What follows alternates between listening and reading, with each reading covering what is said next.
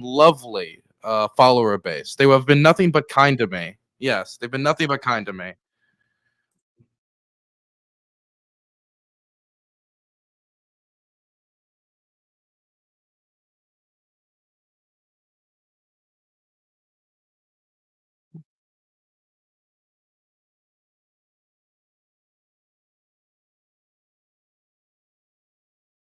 Yeah, I worked on his campaign. Um I would not have my career at all without the man. And I have everything I have today. Without him I would not have anything I have. I wouldn't have my show, I wouldn't have any of the work I have. So, yeah, it was a big loss.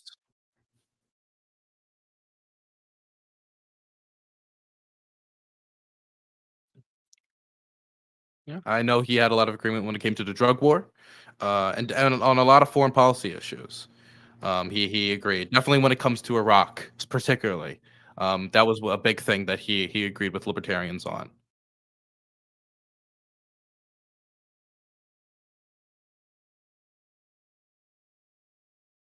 Okay.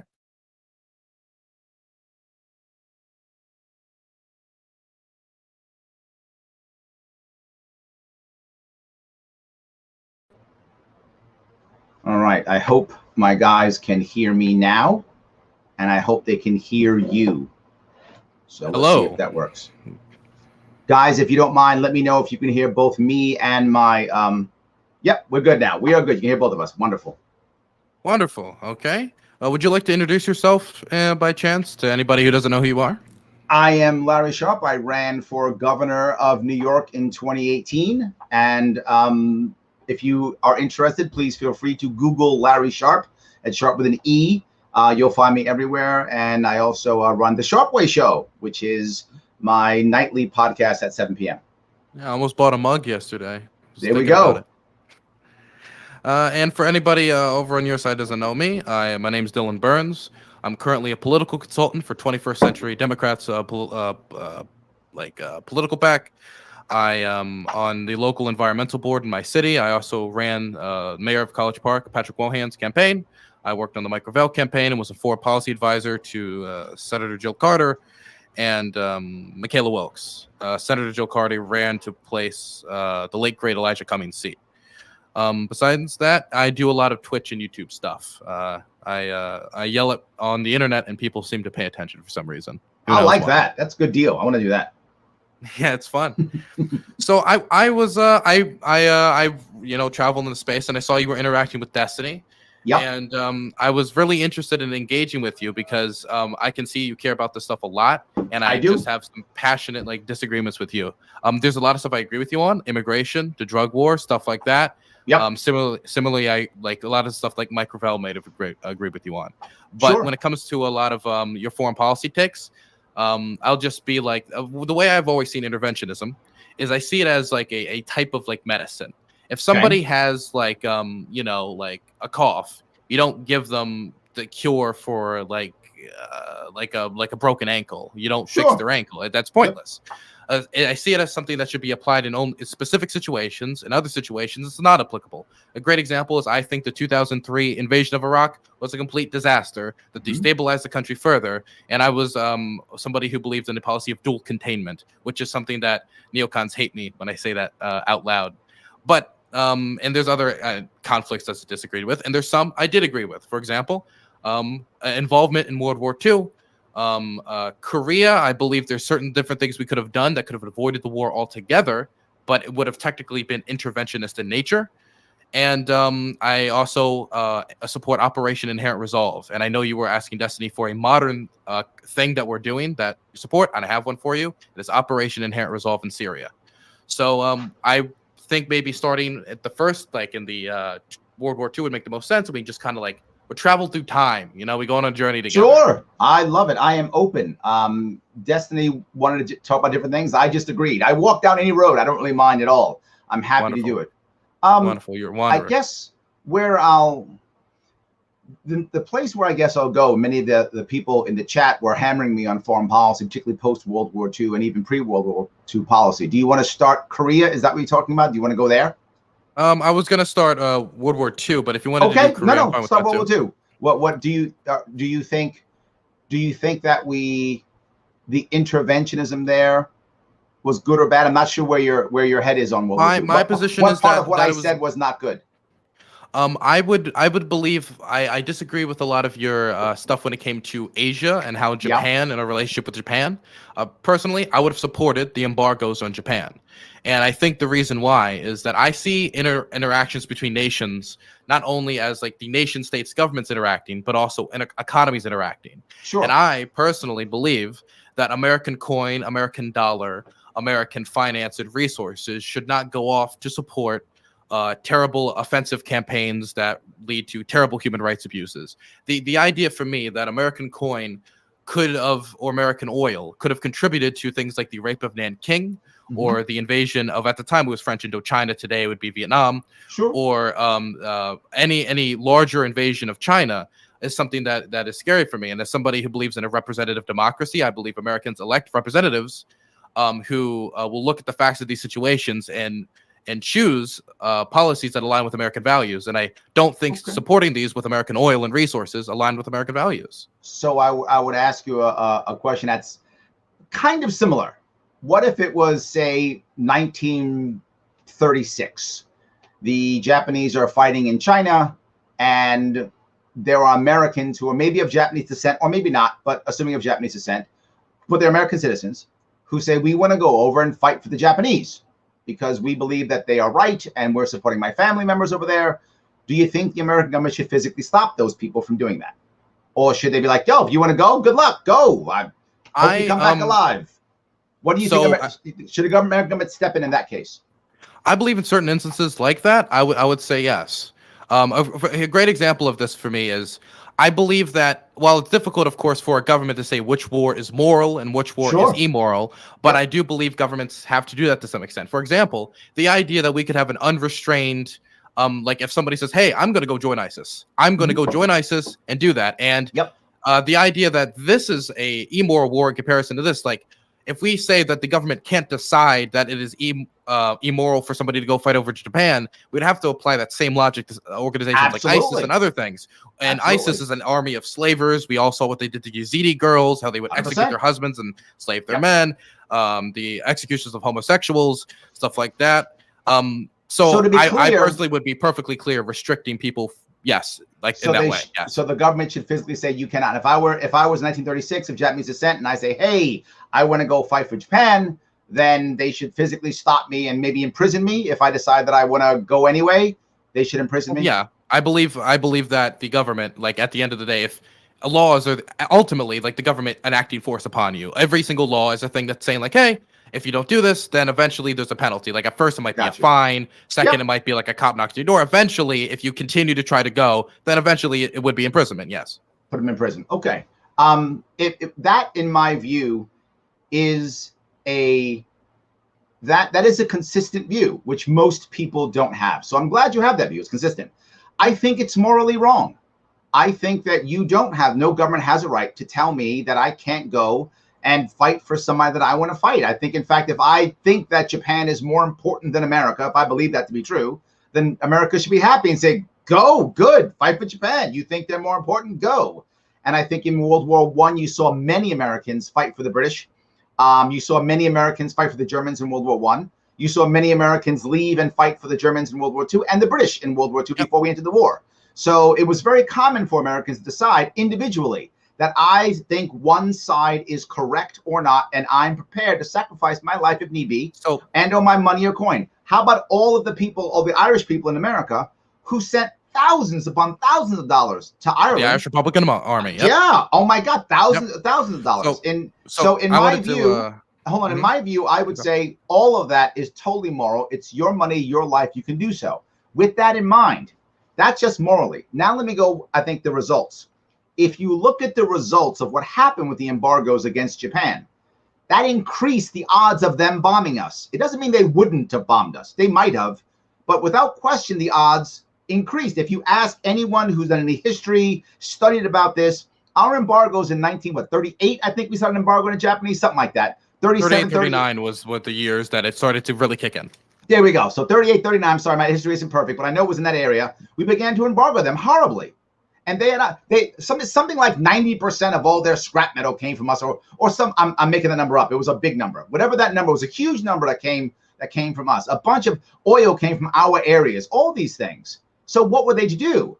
The Japanese were trying to trade. They were trying to trade. We said no because we're on a moral high horse.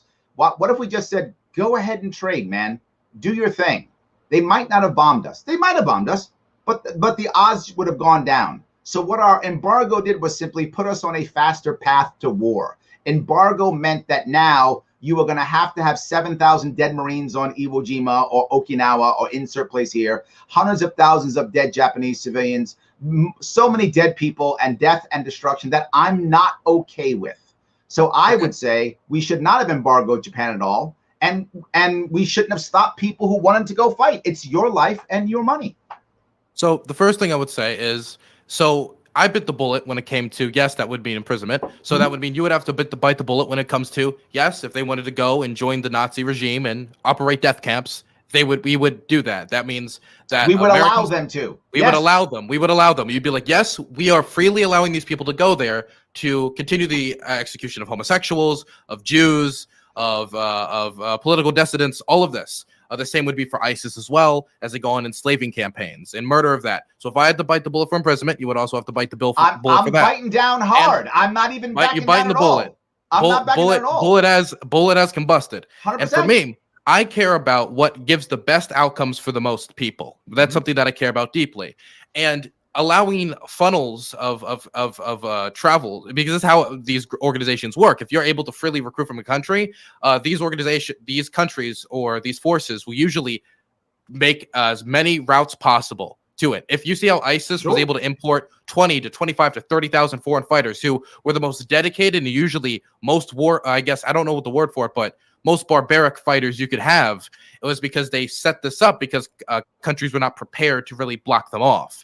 And that was a vital asset that helped drag out the war tremendously further than it needed to drag out to. If you look at the campaign against ISIS in northeastern Syria and the siege of Raqqa, the siege of any of these major cities, the last fighters were always the ones from France, the United States, the Netherlands. The Syrians were usually the first to surrender in comparison. I'm agreeing so what with we're you. talking, yes, you're agreeing with me. You're letting me, I'm building my premise here. So here, I am perfectly willing to restrict the freedom in the sense if it means that we're able to shorten these conflicts for barbaric forces like the Nazi regime, ISIS, or in this example, the Empire of Japan and the Asia Co-Prosperity Sphere, which was a colonialist imperialistic relationship with Asia.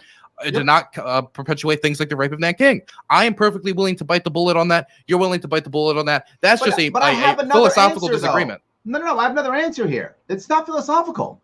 What makes young men, and it's almost always young men, there's minor exceptions, but it's almost always young men, pack up and go fight in ISIS, or pack up and go fight against the Nazis, or go fight for the Nazis, or whatever the case may be? What makes young men do that?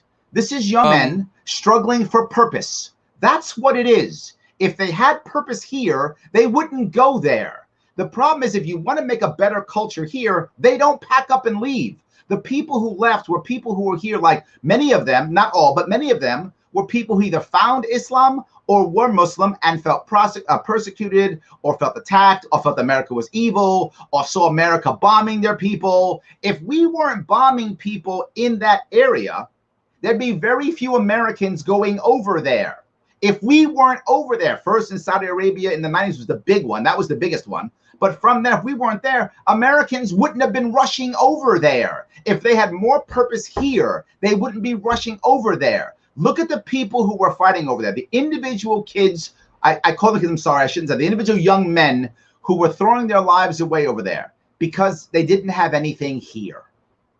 The thing is, that's not, while it is true that economic prosperity decreases radicalization. I didn't say economic prosperity. I said purpose. Economic or purpose or whatever you want to say.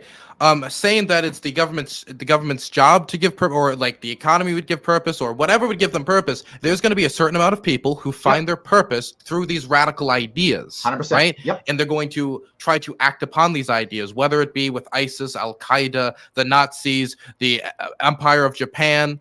Any of these things, they're going to try to act upon these ideas. Sure. And just because they're trying to seek this purpose, I think that if this purpose that they're seeking ends up hurting much more people than if they did not seek this purpose and they seeked another purpose, then we need to stop them from traveling. Now, if we should provide other purposes, but if they decide, like, hey, I am rejecting the American way, like Fritz von Erich, you talked about the German-American Bund, which was really interesting. A lot of people don't know about the German-American Bund and how and that was an organization that was like in many ways dedicated to spreading Nazi and fascist ideology 100%. In the United States of America. They had these summer training camps and all of this other stuff. Yeah, right. Absolutely. Even though I would probably disagree with you on like when they lost their influence. You said it was the 1940s. I would say it was 1939 when Fritz von Erich was arrested. The thing is, I agree with you, but we can do our best to give them the purpose. There's still going to be those radicals who want to go over there. We can't stop everyone. We can't stop everyone from just agreeing with us. Prohibition never works, ever. Prohibition never works. If those kids are upset and you say, I'm going to restrict them, here's what actually happens. This is reality, what happens. And we've done it. You take the kid and you go, you can't go over there. We're going to put you in prison. So he goes to jail. And what does he become?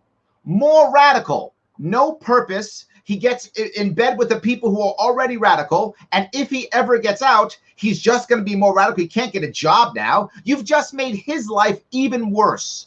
It didn't help anything. De-radicalization programs are extremely complicated. But the thing is, if they were at the point already that they were willing to go to ISIS to fight and die, then it isn't a thing of, well, now they're going to be more radical. They've already almost reached the peak of you as radical you can get. So it's not a question of, well, now they're going to be more radical. It's a question of containing them to stop them from harming people, because that was their intention. When has containment worked? What you mean, like containing people? Like I would say, like Charles Manson. I mean, he has not murdered anybody in a very long period of time. But there's still cults. There's still cults, yes. But if we didn't arrest cults, we didn't arrest terrorists, there'd be more terror attacks. Obviously, if every time we saw, your answer is every dissident will just arrest.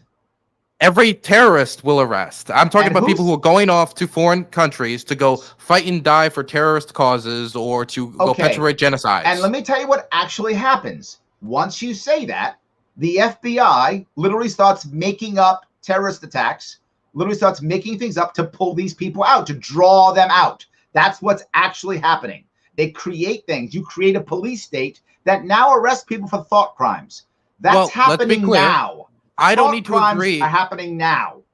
Let's be clear. I don't need to agree with all of the tactics that the FBI or anything uses to agree that we shouldn't allow terrorists to go to foreign countries to fight and die for those causes. There's a few ways you can do it. You can do busts on the routes to go to these For example, there's a lot of WeChat organizations. There's I think no one knows WeChat, but there's a lot of these like chat groups that we send infiltrators. They go in, they figure out who are the people who are intending to go, then we bust them. That's not entrapping people or leading them down the radicalization pipeline. That is going actively and busting these places up. I don't need to agree with all of the tactics the FBI uses to say that we should stop terrorists from going off to foreign countries and fighting and dying with ISIS. Hold on. You've just said you care about what provides the best value, the long run, what's happening, the best value.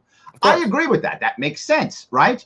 But we've been trying to stop people from fighting in Syria for many years. What's it, 10 years now, give or take? Am I about right with that?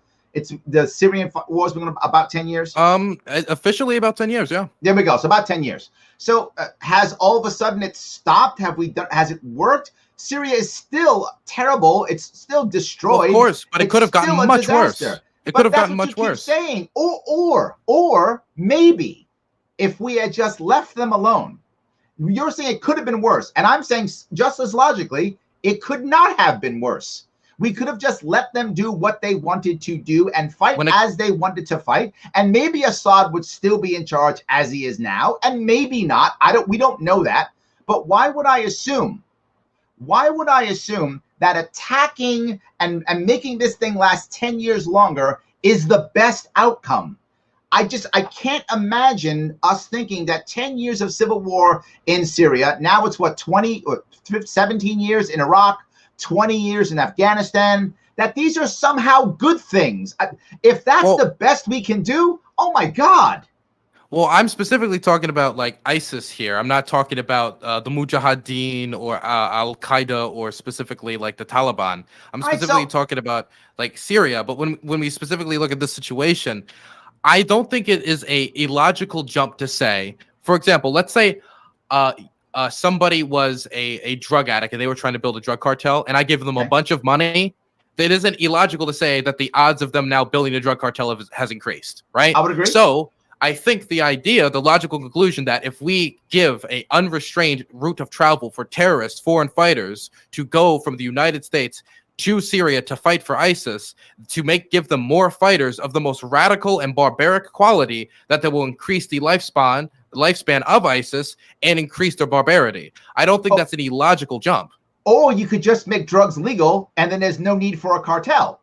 So make terrorism legal? You could leave them alone and make what they're doing no longer bad. Do what you want to do. So once we're not there bombing them, once we're not bombing them, once we're away, and this is a long-term solution. This isn't a 5-minute solution, right? It's a long-term solution. We have poisoned the well in the Middle East for the past at least 2 decades, if not 4 decades, but at least 2 for sure, that we've poisoned the well there. So if we all of a sudden tomorrow, and I'm not advocating for this, I'm just saying to go to an extreme, if we were to completely pull out, just walk away tomorrow, it would still take at least 5 years, if not 20, before they began to trust us again at all and to not blame us for all their problems. When we begin to embargo and punish people. Quick comment on that. When you say they begin to trust us, certain parties would begin to trust us. Other parties would completely distrust us because they would see it as a backstab, that we were there to support them. And many, like, for example, the Kurds in northeastern Syria, they had an option between the Iranian government when Qasem Soleimani went and made an offer to them and the Americans. And they were like, you know what? We're going to trust the Americans. And then Donald J. Trump did something that could easily be called a betrayal of the most classic sense. With his H.W. Bush did it for them in the 90s. Yeah, W. Bush did it with the Nazi, but there was also Operation Provide Comfort, which should be noted. That was a follow-up. There wasn't that for Trump. Trump did not even attempt an Operation Provide Comfort. It was a backstab, and then I don't really care. And then he even said in private meetings, like, I don't like the Kurds. Like, it was like it almost come from like a personal distaste. The man is not my personal cup of tea when it comes to foreign policy. So when you say an immediate withdrawal it would take 5 to 20 years for them to all like trust us again. Sure. Many of us would distrust us for that immediate withdrawal, seeing it as a backstab. 100%. Yes. But that happened in Vietnam too. And I bring up Vietnam all the time. We literally just walked away from Vietnam. 20 years later, we're trading partners.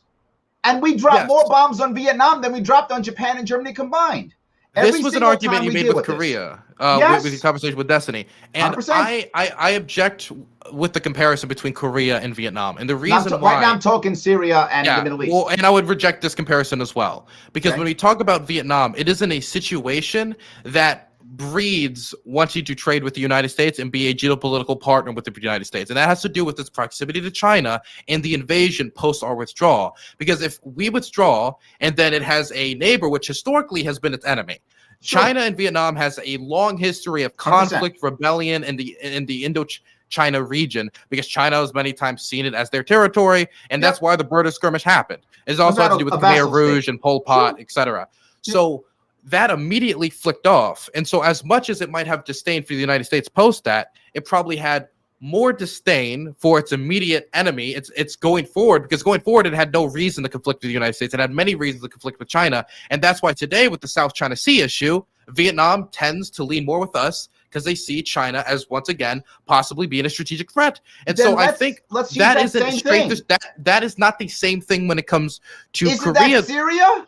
Korea's, when it comes to, when it comes to Syria, I don't think literally Syria. So you're saying that the parallel history is that if we withdraw from Syria, then they will have larger geopolitical fight us. They'll be more worried about Turkey and Russia, just like Vietnam worried about China. Wait, they'd be worried about us. Okay, they would not be worried about Russia because Russia supports them. Turkey. No, but there'd be influence, right? There'd be influence. There'd be Russian influence and Turkish influence. Turkish influence. More negative than positive, one would assume. Right, but But either way, their influences are going to be the there. thing is, not I ours. just don't think you can apply that Vietnam situation to all the countries across the Middle East that we'd be withdrawing. I don't think the history is the same. I think it's all just very specific. That's why, for example, I support withdrawal from Afghanistan, and it's something that's got me heat. I'm very specific about the withdrawal should be contingent upon making sure the retrograde is smooth and making sure that we do our best to support the ANA with technical support and other stuff, which I'm sure we would disagree on, but we don't need to get into that. And that's because I believe that situation in the history of Afghanistan is starkly different from the history of northeastern Syria and Operation Inherent Resolve, which has been a drastic success in combating ISIS, has been a drastic success in stabilizing northeastern Syria, and has been a drastic success when it comes to improving the standard of living. It was the withdrawal that Trump attempted from northeastern Syria that increased ISIS operations, increased ISIS activity, decreased anti-operations by 75%, according to the Rojava Information Center. And so I don't think the Vietnam model is something you can apply to all these situations. So then tell me the model that does work, that we go in, we do a half-ass support, not support, we lose thousands of American troops, or we bomb people, or we drone them, or whatever is the garbage wars that we've been doing since World War II. You pick the way we want to do it. What model works that when we leave, it's better than when we entered? So far, zero. So far, zero. Please show me one that's worked. I just said one I thought that worked, but I would like to say that was about 7 years of us physically being there, and the second we left, now it's worse.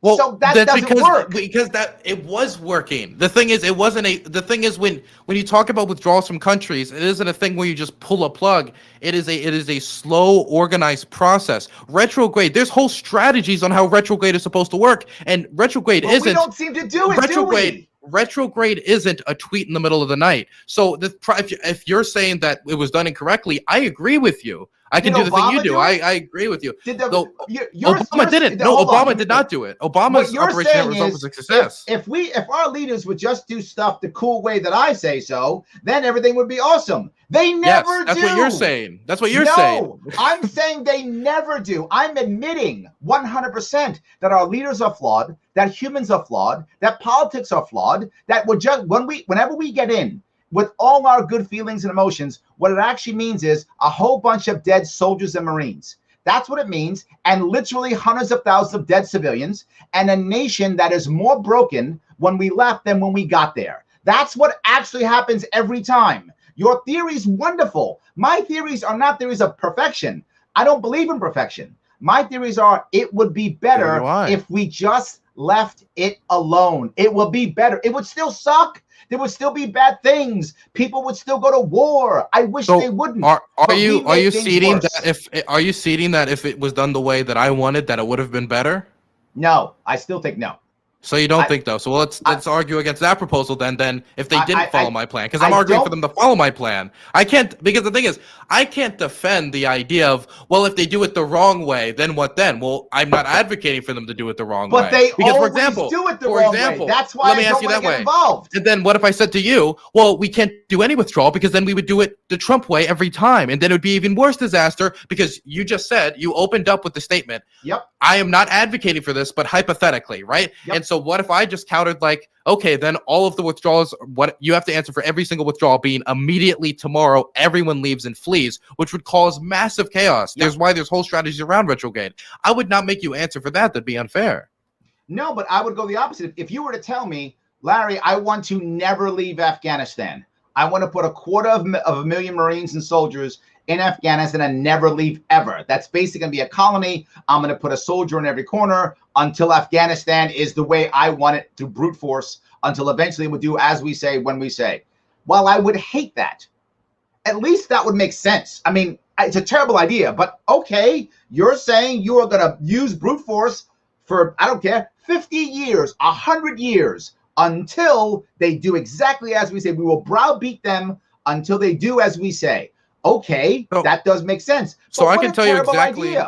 I can tell you the model that you were asked, this magical model that I might possibly not have, because you say I don't think I have it. The model in northeastern Syria, the reason why it worked is because it relied on working with local actors, the locals, right, which is extremely important for any of these operations. Not just us coming in, Blair, like not caring about local traditions or anything else. It was a the SDF is actually, a lot of people think it's Kurdish dominated.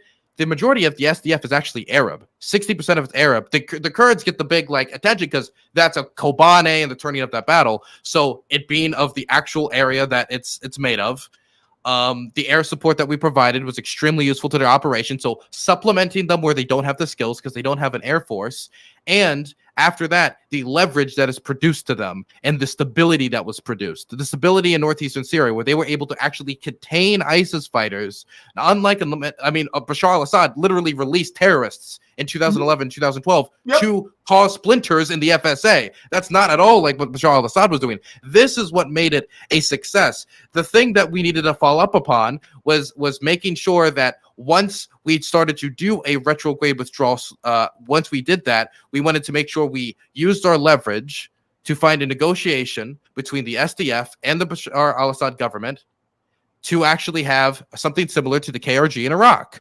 and trying to preserve their independence from, of course, Turkey, who's a NATO ally, which we do have significant negotiating power with, considering we're both in the same military alliance. There's my proposal. They're basically fighting us. The Turks are basically fighting us right now. They're not basically fighting. They can't. They won't. They would never fight us directly. They would never do that. It's a proxy war. Of course, it would be well, it would be, but we're not doing it. We're not backing them in that way anymore. The pullout is what screwed that up. There's one important distinction here, which I would be open conceptually to this in one specific distinction. Two things would have to happen with one distinction. One, they would have to want us there, and the Kurds actually do. Yes. In almost every one of these other conflicts, the people don't actually want us there. We've decided that we're going there, right? The Kurds actually do want us there. In a lot of other areas, the people don't actually. They didn't ask us to show up. They didn't ask us to come in, right? The Kurds kind of did. So, I mean, at least that's something. I would buy that. I'm not, to be forward, I know that America can never be completely non-interventionist. I get that. I'm not living in a fantasy world. I think we should err on the side of non-interventionism in almost every case, with a couple of exceptions. One, when they're literally asking us, number one, and two, when Congress does not do an AUMF, which is garbage, when Congress actually declares war and there is a clear enemy and a clear victory. Because if we don't do that and we do this authorization use of military force garbage we always do, that just means literally tens of thousands of dead Americans on useless wars and hundreds of thousands of dead civilians, useless wars. You have a group of people who want us there and a declaration of war. I'm far more open to intervention, but that almost never happens. Can I ask you a question then? So one of your things that seemed important to you was the people want you there. You don't impose yourself there. That is of course separate from if you were invaded, then it's self-defense. That would be different. Correct. But so here's a great thing. This is recent news, so it's recent all of our memory. We all saw the coup in Myanmar. The coup in Myanmar, the military junta that took back power, abolished the gains of democracy. Aung San Suu Kyi thrown out of power, arrested. She is known a prison cell for most of her life, so I don't think this is like a different situation for her. She was house arrest for a lot, not a prison cell. That is true, house arrest. She was house arrest. She was not in a prison cell. Yep, that is true. Well, then when your own home becomes a prison, right? Yes, that's true. Yes. The thing is, the people there. It's very strange to say, but they were actively requesting sanctions. If you look at what they were requesting sanctions on military companies, not on food, not on resources, because they don't want to starve. They were specifically military companies. They wanted people to stop doing business because there's like military sodas. The military is an economic institution. Sure. They make profit to fund it. And of course, Biden then responded by saying, okay, the people want it. This was a violation of some agreement we signed before where they were saying they were going towards democracy. There's all this stuff. We're now going to place sanctions on military companies. We're not going to do business with these military companies because that is us directly funding what the people don't want and the people are requesting. Would you be in favor of something like that? No, of course not. Because you know what actually happens? Again, theory great. Here's what actually happens. The military says, oh, you're going to do that? So we're just going to rape our people and take their stuff. That's what actually happens. Every single time we put sanctions on a country, the resistance, the people resisting are hurt more. The black market is increased. The poor are punished. And almost always, the worst people punished almost always are poor women. Poor women are punished more than anything. It makes countries look inward. It will make the military become defensive, and they will seek things like chemical weapons. They will look for weapons of mass destruction. That's a common thing. We decide to start embargoing and sanctioning people. They look for weapons of mass destruction because they look inward every single time. Now, can you find maybe one or two things that maybe work over the course of 100 years? Maybe, but we're right now, what's sanctioning, what, 29, 30, 40, whatever, like about 30 countries we're sanctioning right now. None of them are getting better. All of them are getting worse.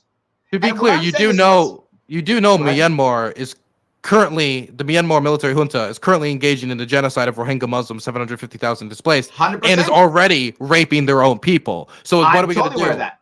So they're doing that right now, and that's why the people are requesting this. They're requesting it for that reason. Yep. So it's not like we can make them start raping their own people. They're doing it now. It'd be like somebody is stabbing someone, and we walk up and say, "Well, don't attack that man because they might stab that guy." He's already stabbing them. The guy is asking for our help. Again, maybe. I mean, I'm always going to err on leave it alone, because what happens if we go in? I didn't say go in. We're not going in. There's never been a request for the United States government to go in. It's specifically sanctioned military companies. Okay, so what we do instead is we follow what you say. We decide to... We do not actively supply the military with the bullets to rape and kill their own people. We don't do that. Then the leaders of Myanmar find China or Russia or whomever to sell them weapons anyway. Well, China's been selling them weapons for a while. Thank you. But the thing is, yes. The thing is, there's this idea that because this economy doesn't participate, then there's not going to be any economic harm whatsoever. There will be economic harm to that. Having restriction to markets does mean economic harm for multiple reasons. Because number one, it'll mean China's in a better negotiating position, so they'll be able to charge higher prices. And number two, it's because they'll have not restriction to bigger markets and more people to buy their products. Because like the military soda company, like Japan, not it was only United States, Japanese companies will no longer work with these companies. I love it. A lot of things are happening like that. And the thing is, that pressure means ultimately, even if they can still get resources from other means, there always will be people who will make a dime off of human suffering.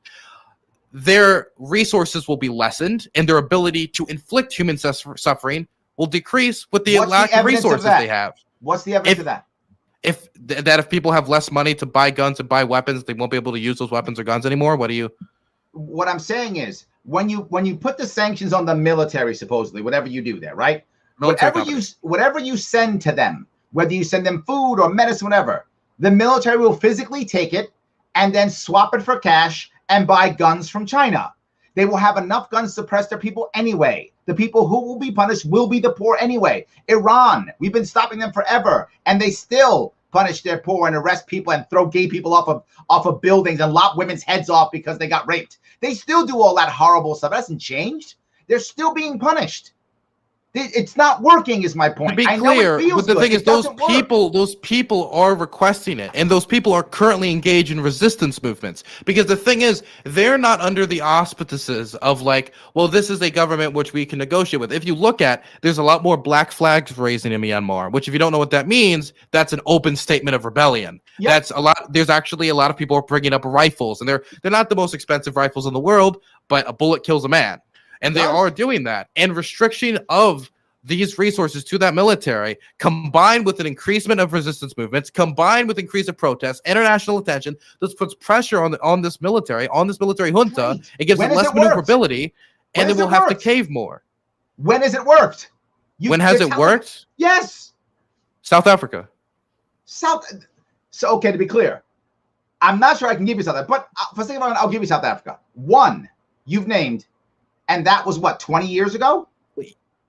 How long was South Africa? 25 years ago? 30 years ago? When was that? 30 years ago? I'm sorry, 30 years ago, right? If you're accepting it, so you're accepting that intervention in some cases does work then. I have said that I want to err on the side of non-intervention. That's what Can I ask you a quick question about South Africa? You said that the reason that they went for nukes was because of sanctions.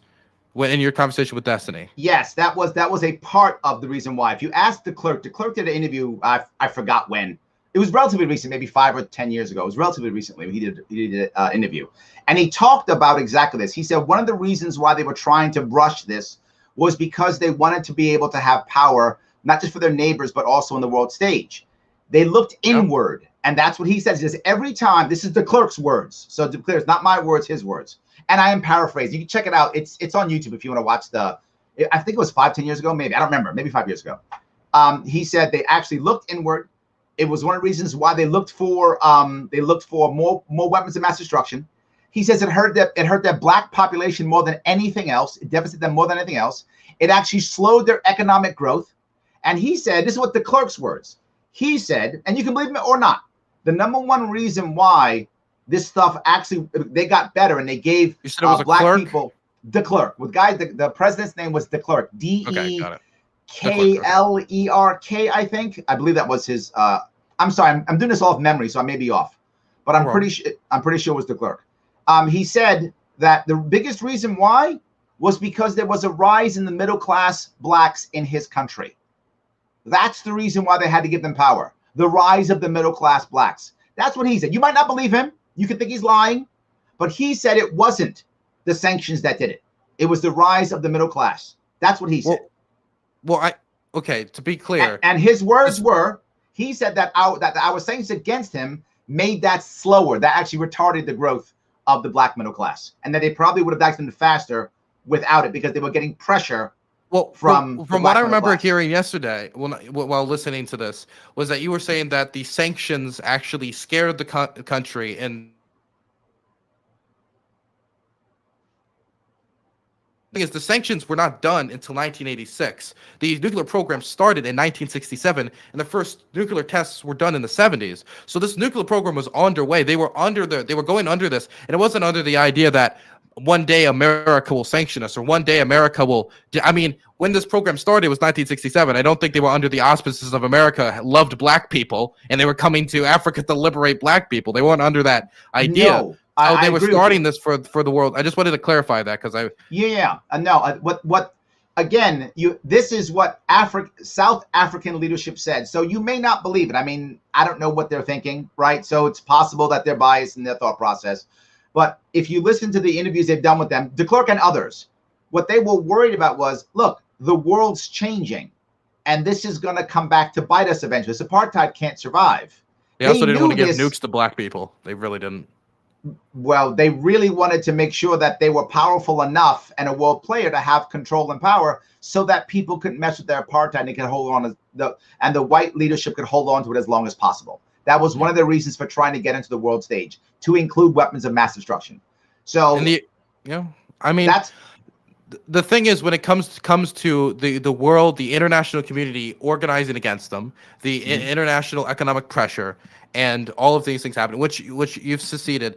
But the thing that's interesting, and this isn't like a debate point, but this is interesting. One of the major factors that led to them giving up their nukes was part of the reason that they did not want to give nuclear weapons to a country which would then later, due to democracy, be dominated by black people. They were scared of that idea. That's part of the reason why they gave it up. Not a debate point, just interesting that they went for all of this power, but then immediately, just under the idea that black people could share in this power, then they immediately give it up because it's so terrifying to them.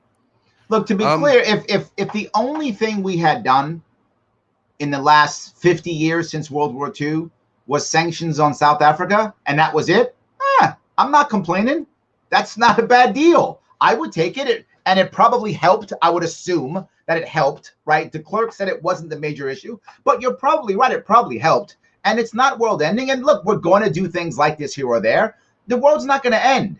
What I'm saying is right now, we are involved everywhere, all the time, constantly. And the vast majority of these things fail. If I'm not mistaken, haven't we bombed like over 20 countries since World War II? We've sanctioned probably 100, I'd guess. I mean, that's a total guess. But we're doing like 30 or 40. So when you can just have to think for a bit and go South Africa, which I think was 25 years ago? Is that about right? Is my math? I don't think. I mean, the thing is, you should be able to tell me 7 countries. Wait, well, the thing is, it's weird because it feels like the goalpost is slightly being moved here. Because, like, for example, like during the conversation with Destiny, you were like, tell me one like modern operation you support.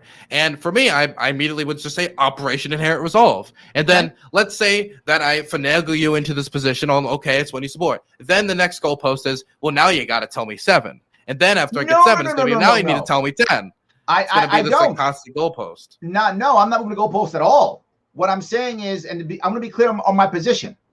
We should always err on non-interventionists. Always err. Will we intervene sometimes? We probably will here or there. To change American policy, that's unrealistic. And what I'm saying is it fails the vast majority of the time. So why would I make interventionism in any way, shape, or form part of my normal foreign policy when I know that the vast majority of the time it's going to fail? I'm going to bomb 8 countries, and maybe the Kurds is the one country that works in Syria. Meanwhile, every other country I bomb, Yemen, Syria, Somalia, Syria.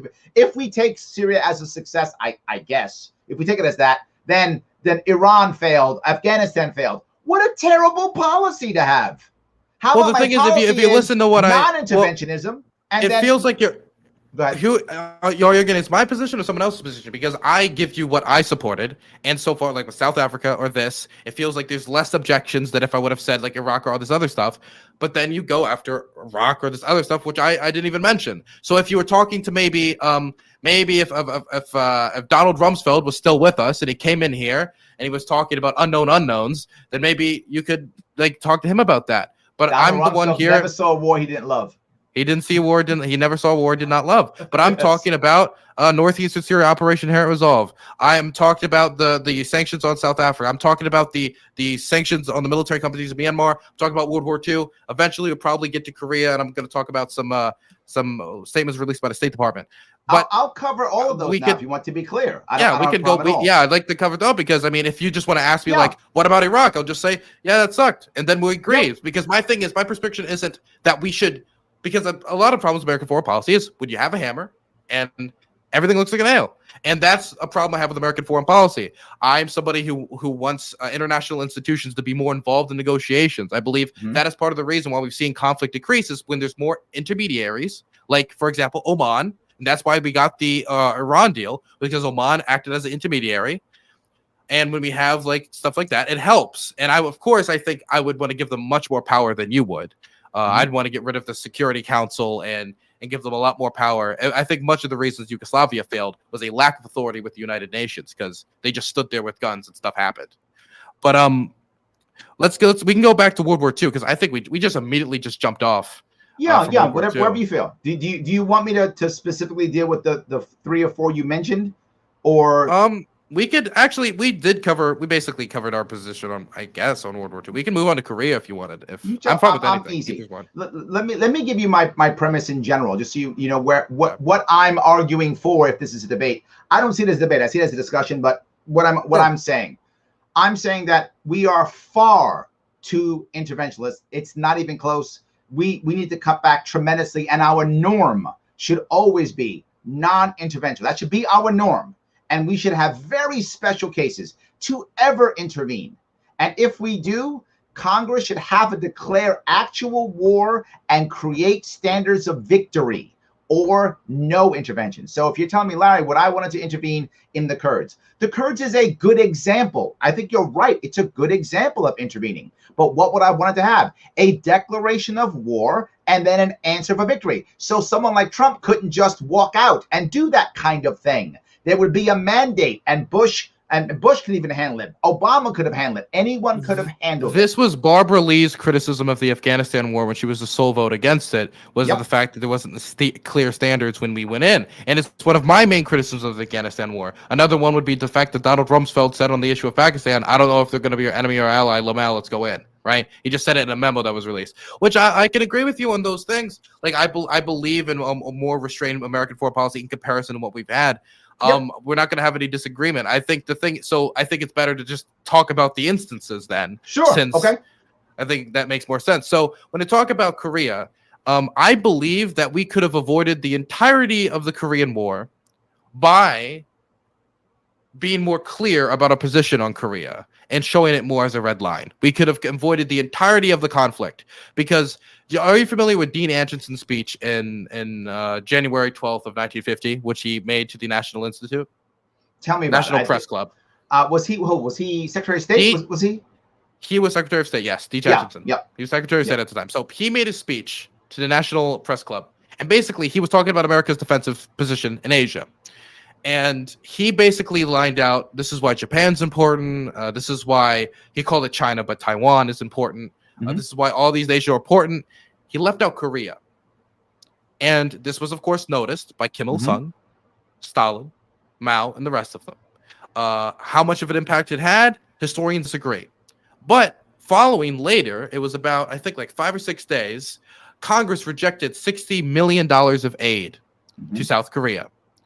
And so this whole time, ever since Kim Il-sung has wanted to invade since 1948, he was like, let's go in. And Joseph Stalin and Mao were more of the people like, let's stay back, because they didn't know if America was going to intervene or not. And if America was going to intervene, nukes yet. They didn't want to. They didn't have nukes yet.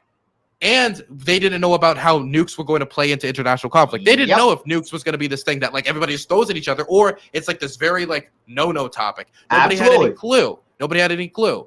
And so they didn't really want to get involved. And it was when we showed an unclear hand, is when there was fogginess, is when that conflict happened. Because if that fogginess wasn't there, the war would have never started. All war, and this is just basic international relations theory, is started by human error. People overplaying their hands or thinking they have a better hand than they really do. All war is caused by human error to some extent.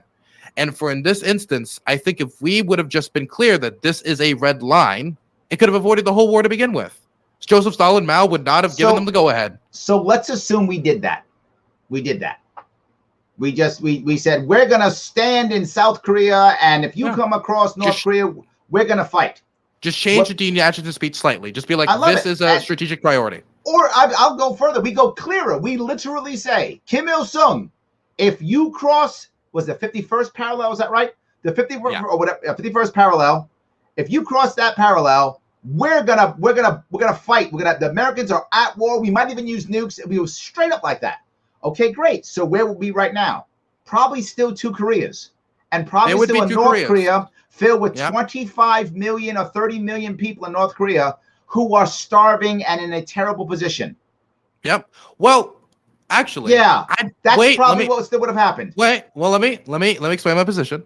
Okay. So the thing is, I don't live in a fantasy land either. I believe conflict. I believe human beings are imperfect, and until we have a ties where economics, I believe trade brings peace to a certain extent. That's something we agree on. But I also believe I guess you can call me a liberal internationalist to some extent. I also believe international institutions and some basic realism, but not a ton. Realism is just a lot much longer. So when it comes to this, we would have avoided a war. So that means millions of people still alive, right? Agreed. That's a positive. We all agree that's a positive. So population would be higher. North Korea's countryside, its infrastructure was devastated by the war. I mean, the American bombing campaign in Korea was brutal, like brutal. There was also a lot of destruction done to South Korea as well, but it was particularly brutal in North Korea. That's because we just had the Air Force to do it. Whereas we destroyed their airfields, we destroyed their port structures, 100%. Yep. And then China got involved, and China, this permanently tied the kind of Chinese commitment to Korea when it comes to how this is a strategic priority, how this is a war, this is an active war zone. I think if the war would have been avoided by making a clear statement, you don't need to go off the rails about like, we're gonna nuke ya, we're gonna cover you and all the things. You can just make it, this is a strategic priority, and we will treat it as a strategic priority. We are not going to invade. We're not going to cross this line, but we intend to defend South Korea, blah, blah, blah, right? If we were to do that. My chat just told me it's the 34th parallel. 34th. Sorry.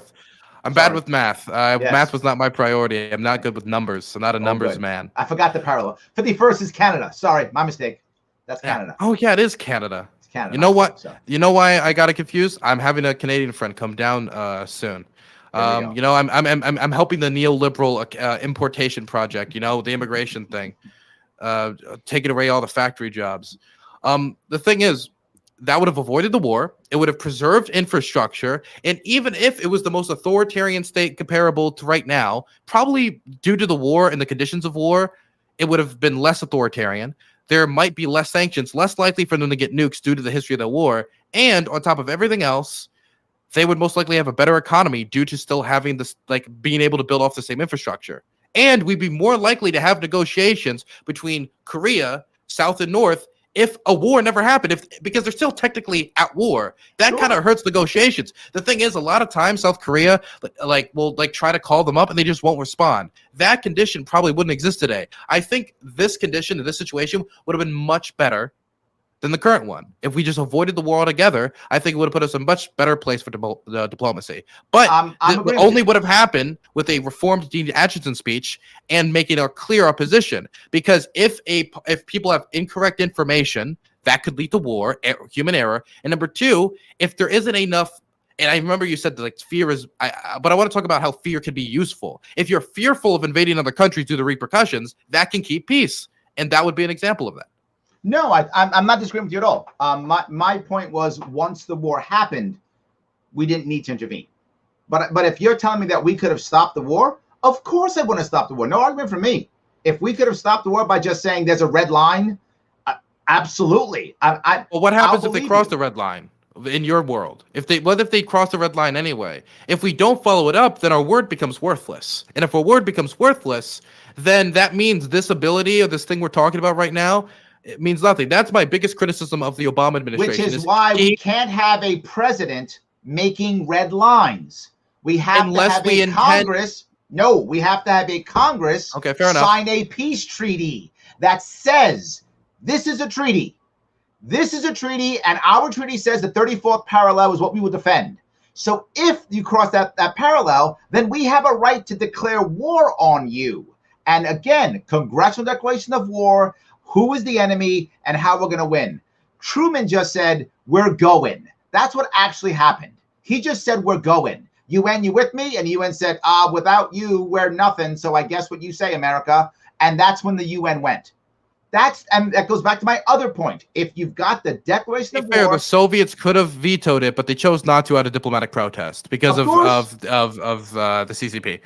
But so would you have? So what you're telling me is you would have, if you would have pushed for a congressional authorization for this to avoid the war? No, I would have, if we believed it was true. And again, I'm saying if I was there, right? If I believe this, I would have said, then let's make a peace treaty. Let's make a treaty that says Congress signs the treaty and agrees. The Senate, I believe, it would be a mutual defense pact in this instance. There we go. Something like that. Then if that's the case, then yes, we have to defend. Look, I don't like that we're in NATO.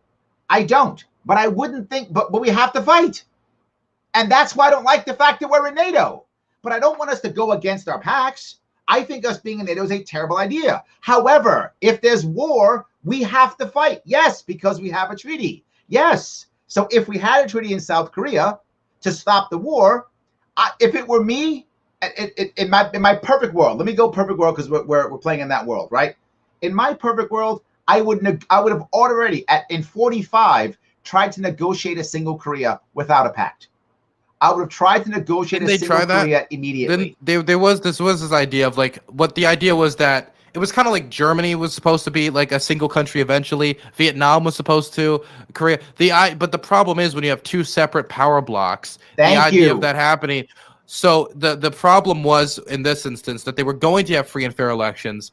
Then power blocks. That's what inevitably happened.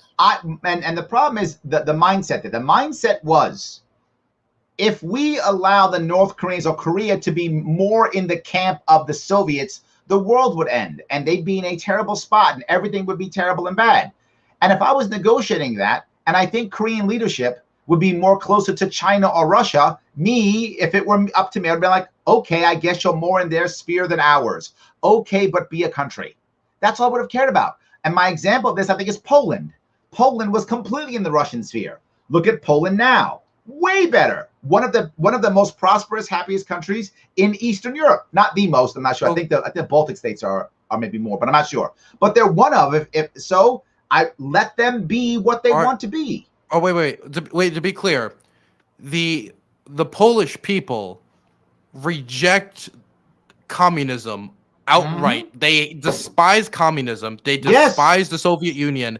And the thing is, they hated Nazism because Nazism saw them as subhuman, and they hated communism. A lot of people don't know this, but the Soviet Union tried to invade Poland in the 1920s and failed on like a miracle war. And the thing is, they hated. So I think when you talk about Russian influence, the people wanted it. They did not want communism. No. I did not say they wanted it. That's not what I said. I said in the case of Poland, it was under Soviet control. I'm not saying they wanted it. I'm saying it was. And they still were able to, in their own time, find democracy, become a better country.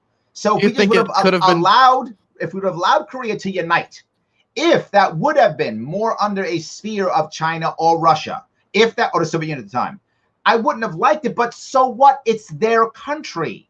the That's problem, all I'm saying. the problem I have with this is that I believe that the Kim family, and I know you proposed the idea, well, maybe they would have fell. We have Maybe. no historical basis to tell if they would have fallen or not.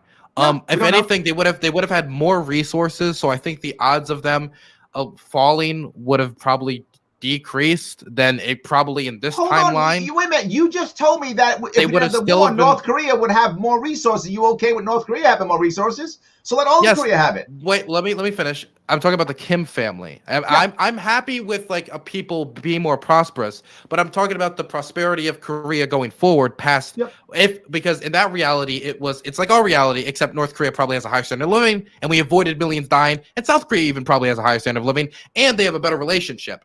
In this world, we're talking about all of Korea, including the much higher population of what we see in Korea today, South Korea, which widely appreciates American support, widely likes the freedoms they have, widely likes freedom of speech and all these things, all of those things being erased off the map and then living under an authoritarian state under the Kim family, like a pseudo-monarchy.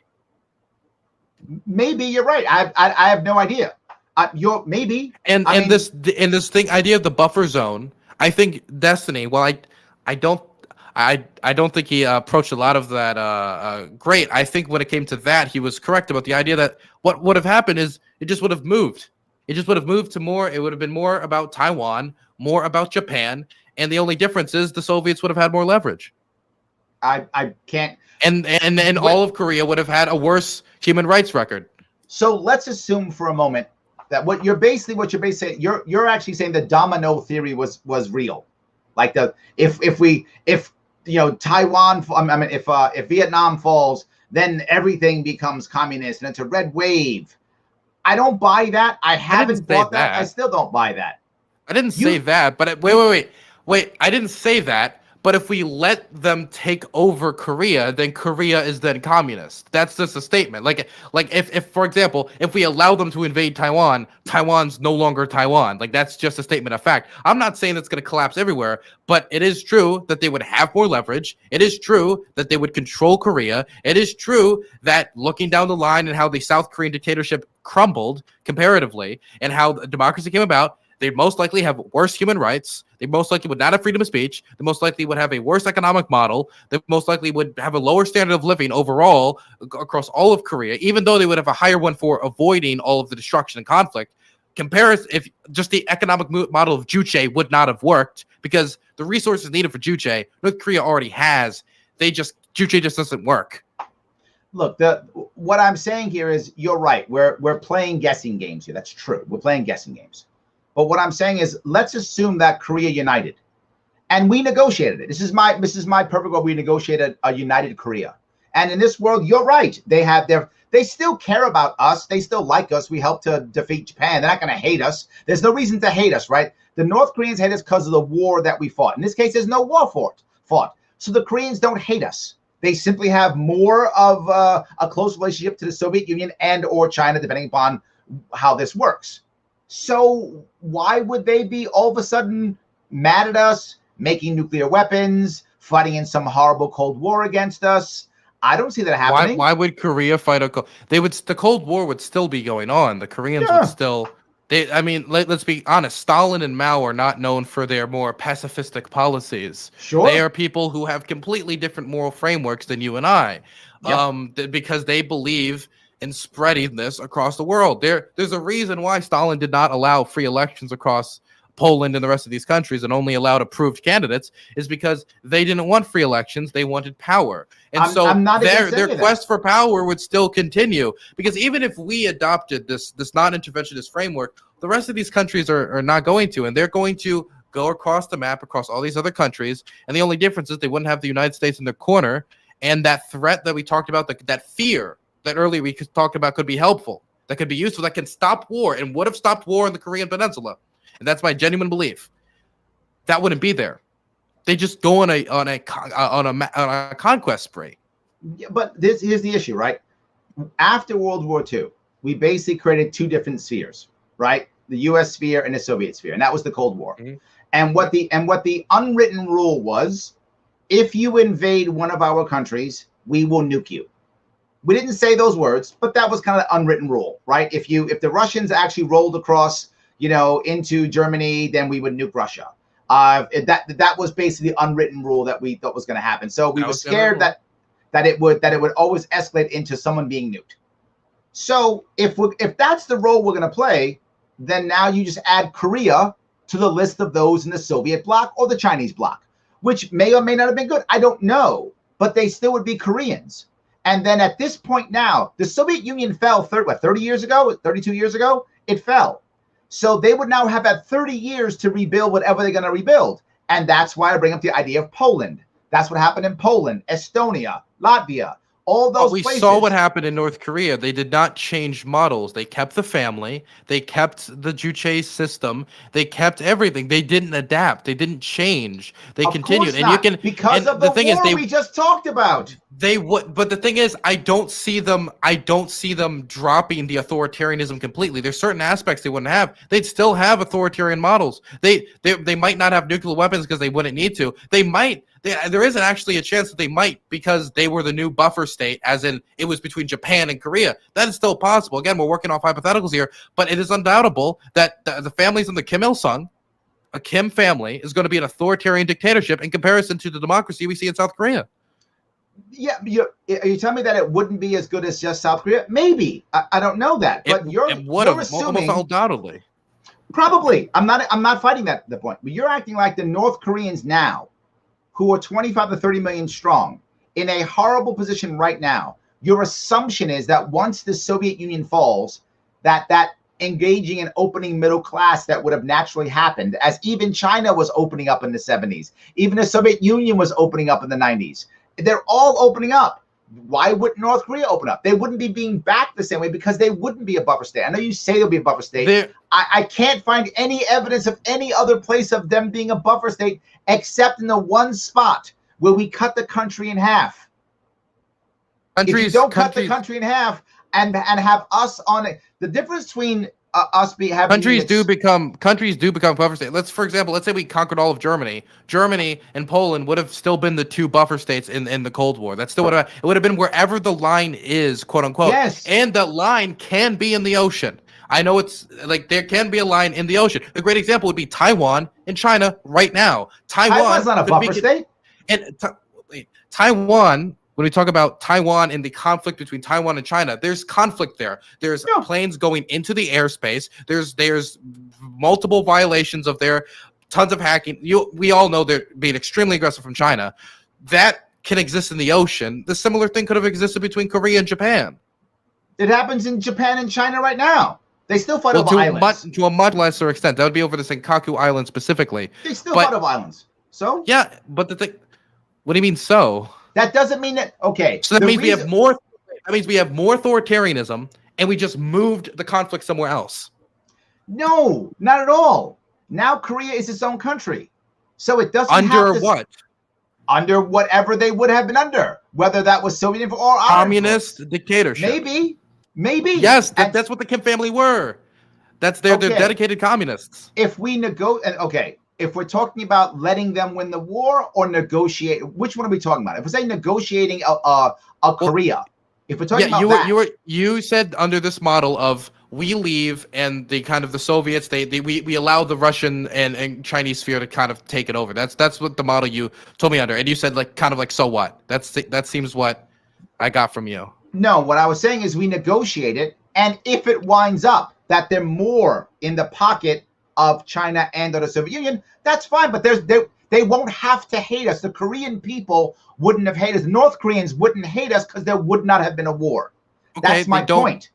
There wouldn't have been a war. So you're talking about the avoidance of the entire Cold War then? Isn't that what you were talking? No. Weren't you telling me you wanted to avoid the Korean War? Did I miss? I wanted to avoid the Korean War, but that doesn't mean the entire Cold War just goes away because we stopped with one conflict. But the Czechs were part of the Cold War and they didn't hate us. The Poles were part of the Cold War and they didn't hate us.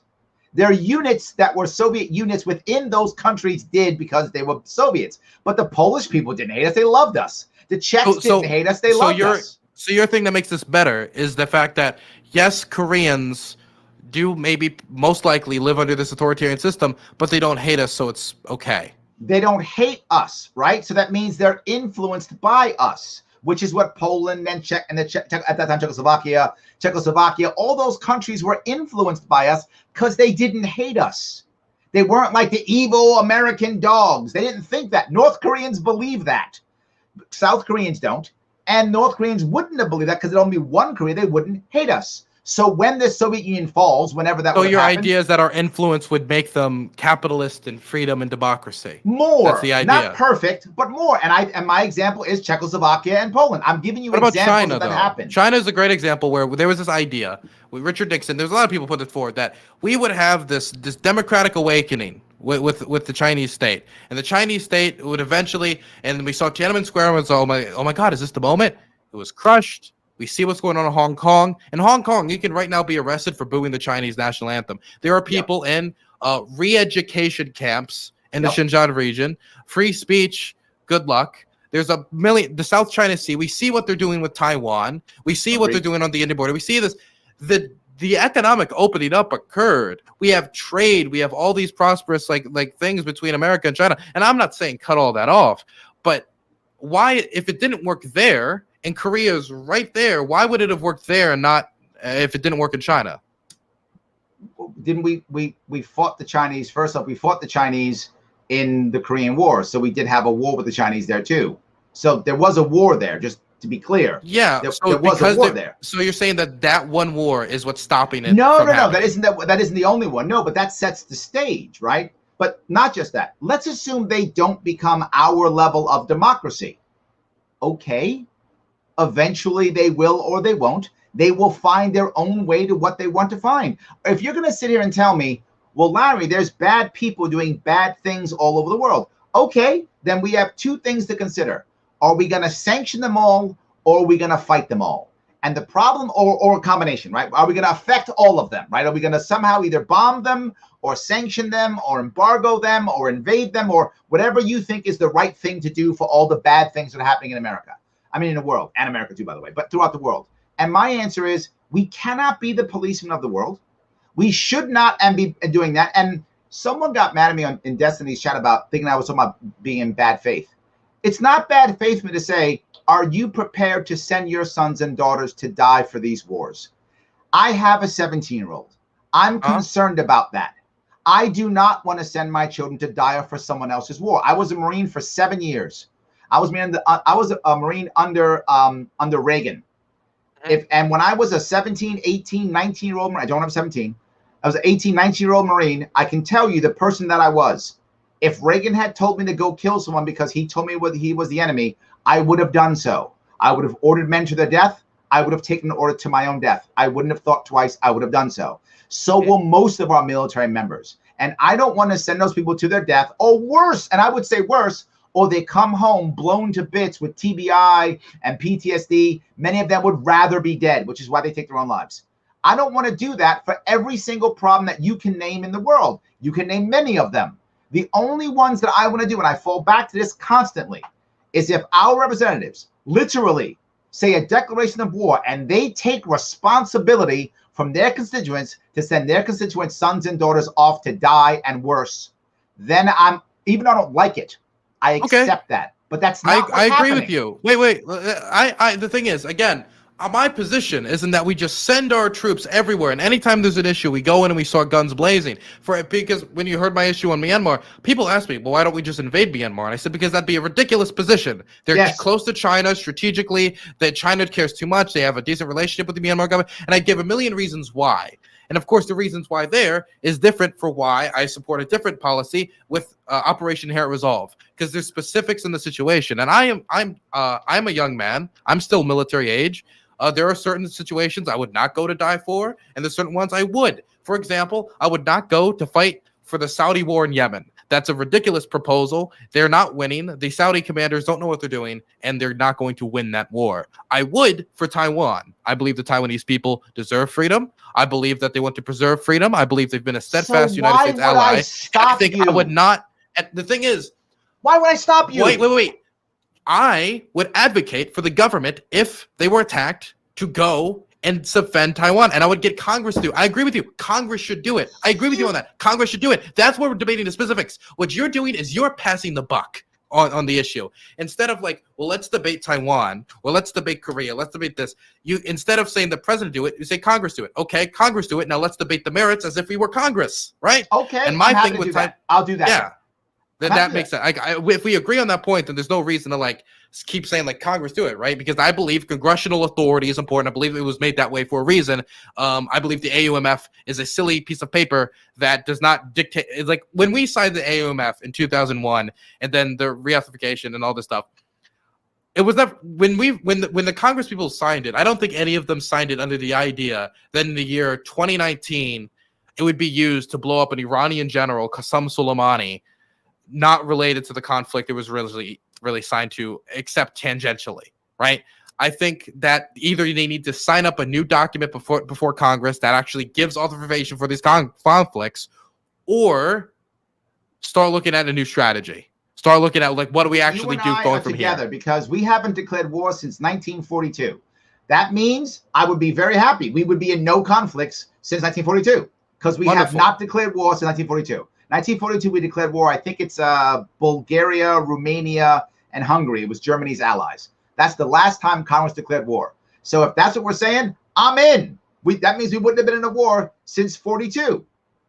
Yes. That's gotta be weird if you're the Bulgarian foreign minister. You're in the middle of war. It's been like a year since it happened, and you finally like get it in the mail. It's like, oh, this was late. You open it up. Like, oh, this is kind of weird. I wasn't expecting this. But so let's talk about the merits. And if we agree on the Congress stuff, so we can go back to this one because we did just talk about Japan. We didn't really talk about the Nazi regime. I believe that not only the evil of the campaign that Japan was doing in Asia, but the evil of the German campaign and the Holocaust and everything that was going on was so despicable and so negative for all the actors in the world, and the world we would have saw if they won, that it was our moral imperative to get involved. And I also believe that we should have accepted Jewish refugees that were coming to us. That's the first thing we should have done to support the war effort. Yes. Not something that we pushed them back and sent them to the deaths. Absolutely.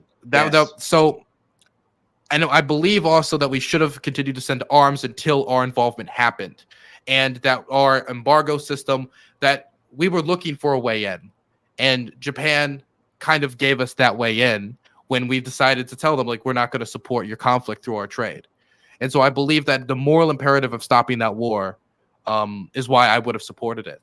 There's multiple reasons. Some people can make strategic reasons. People could make other reasons, religious ones. I talk about the moral imperative of stopping the Nazi regime.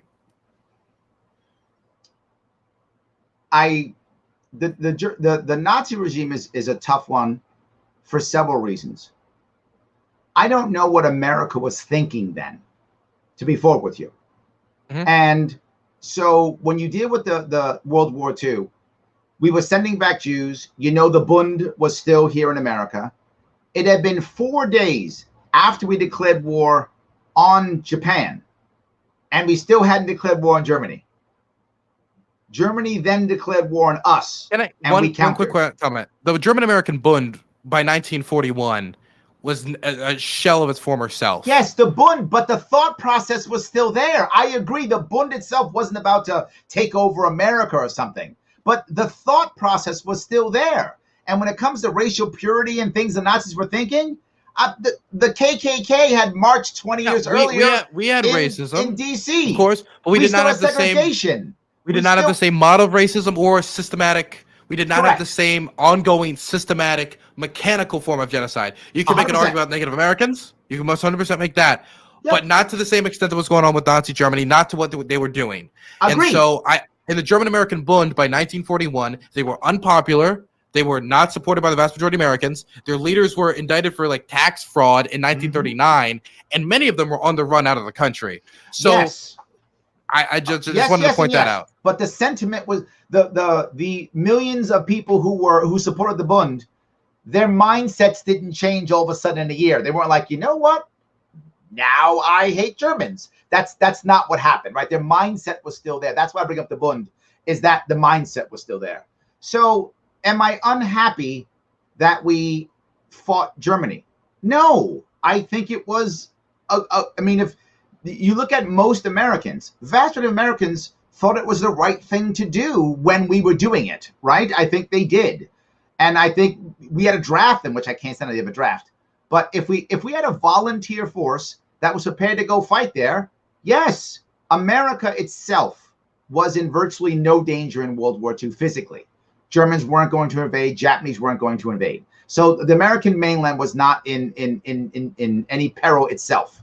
However, was it a just cause? Of course, you're fighting Nazis. Of course it's a just cause. So am I glad we got into war? Yes, I am. Would you have declared war? Would I have declared war on Germany? Here's a question. Let's say Japan does Pearl Harbor. So obviously we don't really got an option there. If FDR didn't declare war on Japan and he just ceded, he would have been voted out next election. 100%. There would have been riots in the streets. And that was a just Germany, cause we were attacked. Yes. Germany, let's say many people talk about it's a puzzling decision that he just declared war on America. And so it's not historically crazy to say there's a scenario where he doesn't. Yeah. Would you declare war on Germany? And I'm not saying well, let's ask Congress. I'm saying you're in Congress. Yes. You are a voting congressman. Do you vote for or against that war? Am I still the same? Am I a black man from New York? You know what? Let's say this is. Do you know what I'm saying? What? Am I a black man from New York? No. I follow Muhammad Ali. No. I'm a black man from New York? No. Of course I don't. Why would I? How about give me the right to vote? How about that? That's what I'd be thinking in 1941 if I'm a black man in Congress. I mean, if that was even true. I'm a black man from the South? What the hell do I care about Nazis? What do I care? Seriously, I'm not making that up. So what you're saying, okay, so you're 1941 and I'm a black man. I didn't know we were role playing to that extent. Okay, so if we're role playing to that extent, can you get my top hat, Synth? Can you see if we can get the top hat? But if you're saying, am I Roosevelt? That's different. That's why I want to know what you're asking me. You just changed it. You said I'm in Congress. You're a congressman. You're voting for or against the war. That was the thing. I didn't know you were going to superimpose that you're this different man in New York and doing that. But okay, so. But I think that we could say? Flippant. I wasn't trying to be flippant. I was trying to be clear on where my head would have been. I was trying to be honest with your answering your question. So that would be a priority. If you're saying if I'm Roosevelt, that's different. Okay, let's say. I wanted you to be you, but. Don't you think we could combat racism and fight the Nazis at the same time? For example, let's say this kind of feels like every time I'm like, hey, we need to fight climate change. And someone says, there's homeless veterans on our street. And you want me to deal with that? And I'm like, no. This was specific on racial purity in the 40s. This was specific. This isn't climate change. It's not what I'm saying. I'm not talking homeless people. You brought up the racial purity issue specifically. And then said if it was me. So if it's that issue and I'm a black man in 1941, I don't care about the Nazis at that point. What about the fact that they're conquering and genociding? While of course segregation was a disgusting institution, the Holocaust was the genocidal removal of all human life in comparison. It was a campaign of removal. I'm agreeing with you. You can agree that we should fight racism and also fight this active ongoing genocide that is going on in Congress. And let's be clear. The goal of the Holocaust would have expanded tremendously if the Nazis won. The goal would have been to completely erase Slavic people from the face of the earth. It would have been hundreds of millions of dead. It would have been on such a scale that we've never seen it on the face of this earth before. Just to be clear. And so I just want to be clear that what you're saying is that's not my problem. Because my moral framework. One last thing. If my uncle is being lynched in the public square because of the color of his skin, I don't care. Yes, I don't care. You're literally killing my people. I don't care. Yes, that's what I'm telling you. Yes, not even close. I stand by that. That's a bullet to bite. I'll bite down on that. I have a different moral framework. I believe a border does not dictate someone's moral consideration. And just because somebody lives within my borders means that I only consider them as morally significant in my moral framework. Where were the Europeans? Were they coming over to stop us from being killed? Were they helping us out in 1941? Did the British go, oh, we're going to bomb those people, and by the way, we're going to send some people over to America when to you help walk with civil past a homeless rights? person, do you say, well, I stubbed my toe the other day, where was this homeless man? Of course not. Yeah, that'd be ridiculous. You would hopefully give him a $5, right? So just because they weren't of course there for you not. doesn't mean now you just release them for the wolves there. No, you asked a specific question of me. What would I have thought if I was me, who I am now, a black man from New York in 1941? I would have said, I don't care. That's what I would have said. That's what I'm telling you. You asked the question. No, in Congress, you would have voted against stopping that. Using the American. Okay, you bit the bullet on that. That's what I'm saying. If I'm that guy, if that's who I am. But if I'm Roosevelt or if someone like that, I think a declaration of war was not crazy at all. I think it's not crazy at all. I mean, you have something to lose. I mean, I don't think it's crazy at all. But without question, the thing that I would have done without question is allowed all those refugees to come to us. And anybody who wants to fight in that war, I'm the opposite of you. I'm like, send them, go fight in that war. Can I help? Can I help get you over there? The thing is, can I help? The difference is fight. That would be a trickle comparative to the wave I would send. That is the full force of the American Armed Forces. Yep. That's what I would be sending, the full force of the American Armed Forces. Because what we're talking about is the Soviet Union would have lost, if we're talking April 1944, and this is when the war is like, without our support, that means 20% of the food that the Soviet Union has, gone. 10% of their armaments, this is what we're shipping them, gone. One second. I mean, we're talking about casualty numbers that they would be experiencing with less equipment. I believe it was at the Battle of Slava. I have it written down, but I don't know how to pronounce Russian stuff very effectively, so I'm going to do my best. 1 second. But 40% of the Soviet Union's trucks in 1944 from the United States and the United Kingdom, all of this stuff was direct aid that we provided. Without our support, we could have seen, this is a legitimate scenario, could have happened, Slavic people be wiped off the face of the earth, Jewish people be wiped off the face of the earth, every homosexual shoved into a camp and killed.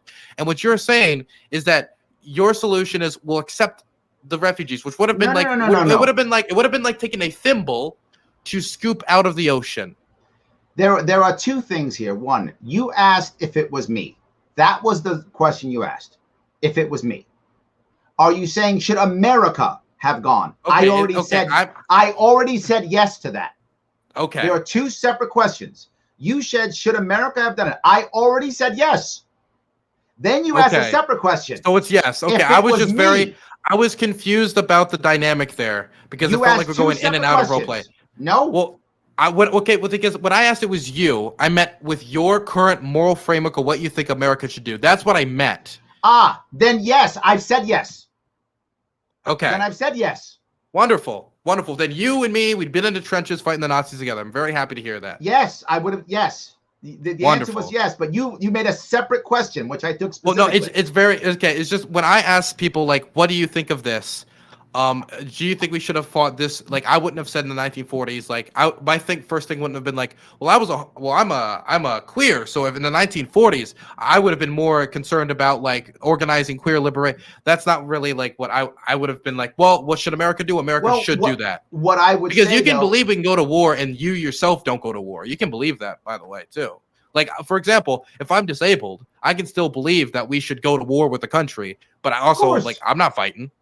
Yes, but the question would be is in your head, and this is an individual's question. If you were able to fight, would you? And if the answer is no, then why would you send someone else to do so? Right? That would be my question. There could be an answer that you think you could do better work at home than abroad. For example, let's say you're the manager of a weapons company.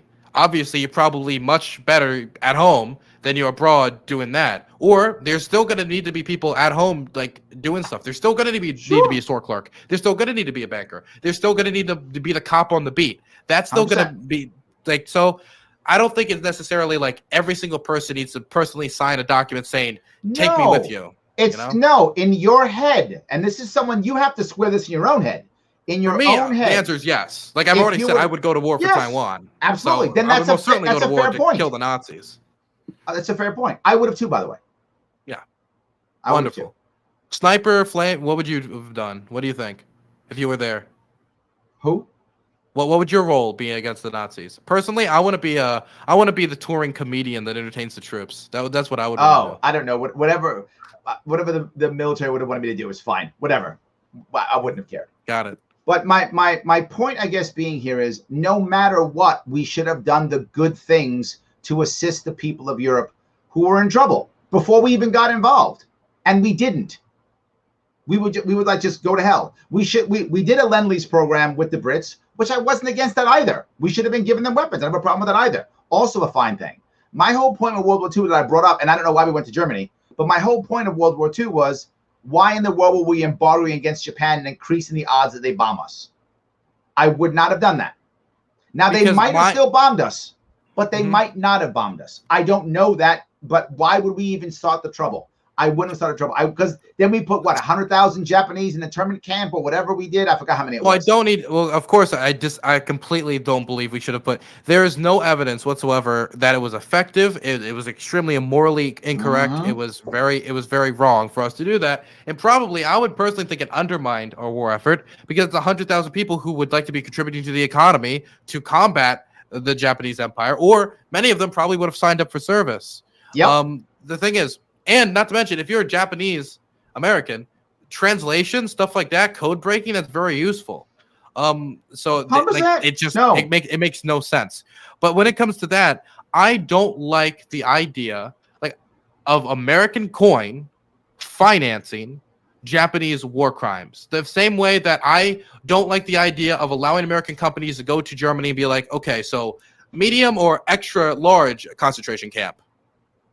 I don't want American coin to do that, because that increases the suffering in the world. And now, so hold on. You just told me that you're not a big borders guy. Did I get that right? Well, I don't believe borders dictate moral consideration. Okay, meaning that, where you're going with that. What I mean by that is, just because you're a Mexican means that I'm supposed to not care as much about you. Got it. Okay, yes. But you do realize, though, that human nature is we are tribal.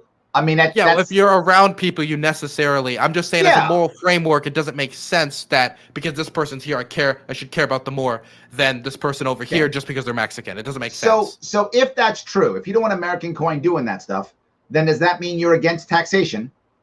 Because that's American coin bombing a whole lot of people, killing a whole lot of people. Are you telling me you're against taxation? I believe on the ending of funding for those negative wars. That would be my solution, because I believe taxation can do good things and bad things, and I am not ready for a conversation on healthcare or any of that. But so could sending money to Japan. Japan could have fed their own children with that money. I mean, that the theory that you're just coming up with is you know, there's no doubt in your mind that the dollars you've paid in taxes, I don't know how long you've been working, but however long you've been working and paying taxes, you know that your tax dollars have gone towards bombing people and killing people. You are 100% aware of that, and so am I. It's also going to healthcare. It's also going towards infrastructure. It's also going towards good things as well. I'm sure it is. Operation Inherent Resolve as well.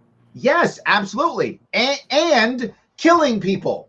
And you just told me blanketly, I don't want American coin going to these bad things. Well, then you must be against taxation, because we're doing all kind of bad shit too. No. Okay, so if I'll draw. It's kind of hard to see. Can you see this piece of paper? Yeah. Here? Okay, so just for the audience, this is really simple. So let's say you have taxes, right? And it goes to good things, in my mind. Of course, we disagree on the effectiveness of probably healthcare programs, and bad things. But even though I may disagree, hold on, I may disagree with whether healthcare is a good expenditure or not. It's not a bad expenditure. So I think we could agree on that at least. It's not it's not bombing people. So we have good things and bad things. So under your model, we get rid of the taxes. And that means we stop funding both of these things, or taxation is bad under your, or whatever you're ever proposing. No. I'm explaining my framework. You're asking me why I'm against taxation. I'm not. I'm explaining why I'm not against taxation. Okay. So you get rid of taxes, but that means now I have to stop funding all the good stuff. It means I need to stop funding all the good stuff as well as the bad stuff. So it makes more sense for me that we just stop funding the bad stuff and just keep funding the good stuff. And we advocate to fund the good stuff. But you could just give your money directly to the good stuff. You could. The problem is, I don't believe that charities are an effective means of doing this. And I believe that you need the full force of... If anyone looks at my stuff, LarrySharp.com is my policy website. I've never said destroy all taxes. I've never said that. I was teasing you on purpose because you were saying any money that goes over to Japan, in the case of that, is towards genocide. Wait, not any money. And what I was saying is, hold on. I didn't say that. I didn't say that, though. Well, we embargoed them so they couldn't get scrap metal from us. And some of that scrap metal went to bombing people, no question. And some of that scrap metal went to making a heater for a kid. I don't know what percentage that was, but some did and some didn't. The problem and you're saying American coin can't go. Yeah, American coin. The thing is, these resources that were being embargoed, these resources that were being stopped, were because these were things that were directly going to be used for war. The thing is, we didn't embargo like rice or something. We didn't embargo like cheeseburgers or whatever, things that are needed to keep, or medical equipment, as far as I'm aware. If I'm incorrect, please somebody send me like information on that, which I would, of course, oppose that. It was specifically stuff that was going towards the bad side of this equation, right? Of course, some of it might have been used for good things, but the overwhelming thing was for bad. And if I was to let off that, that means much more stuff would have been going to bad than good. So it's and that's why I was in favor of the bar. Yeah, percentage. Yeah, it would be a percentage as well. For example, like let's say that there's 95% right there. All right. Well, then I guess you're okay with China. Because most of the money that goes to China is not going. Let me be clear. I'm fine with China. I am not for stopping trade with China. I am not some person who wants to decouple. Are you saying the Uyghurs are not a big deal? Because the vast majority, number one, the vast majority of our trade does not go to whatever's going on in Xinjiang. That's a very small part of China. So you have to agree with that. And I'm not okay with it. I believe in a what's it called? It's targeted policies. For example, Magnitsky sanctions. People don't know about this, but Magnitsky sanctions are a very different type of sanction, which it targets specific individuals involved in stuff. That would be something to be more in favor of, right? A bunch in Russia now, and some in China. We did some in Russia because it was named after a person who was killed in Russia. Too. We got some Turks too. I think we also did some in Myanmar, specifically in response to recent stuff and the Rohingya genocide. So I want to, and the thing is, the big reason is I do believe trade can bring peace. This is something that we agree on. And if we stop trading with China, that means I think the likelihood of us breaking out into war, or the likelihood of war breaking out over Taiwan, increases because the amount of penalties going to war decrease. Because then it's very basic. Like if you're trading cocoa beans with somebody and then you start shooting at them, then you don't got cocoa beans no more. They're not going to give you cocoa beans if you're shooting at them. It's a very simple policy. So that I would be more for targeted things like Magnitsky sanctions, for example. Yeah, the only problem is once you start targeting individuals, they simply find other ways to make their money, right? What winds up happening in most of these sanctions is the bad guys still find their way to make their money anyway, right? Well, of course, Assad is doing just fine in Syria, right? Assad's doing fine in Syria. Assad he has electricity 24/7. His people don't, but he has electricity 24/7. He's still rich. He's still eating good. It's not to the same extent. There have been reports of complaints from people placed on the Magnitsky sanctions who are really fucking pissed because they can't access their large amounts of wealth. And you know what? They can't buy that yacht they wanted. They can't buy that stuff they wanted. It's so sad that they can't buy the yacht that they were going to build out of the bones of killed Rohingya Muslims. But sadly, they can't anymore. And personally, that type of stuff with me is completely morally permissible. And I know we're not going to be able to stop all of it, but if we can stop some of it or do anything that would be partially effective, then I think we should take that policy. I'd rather stop some or most than not at all. Here is, I guess, where we disagree on the moral issue. And I say it in both cases.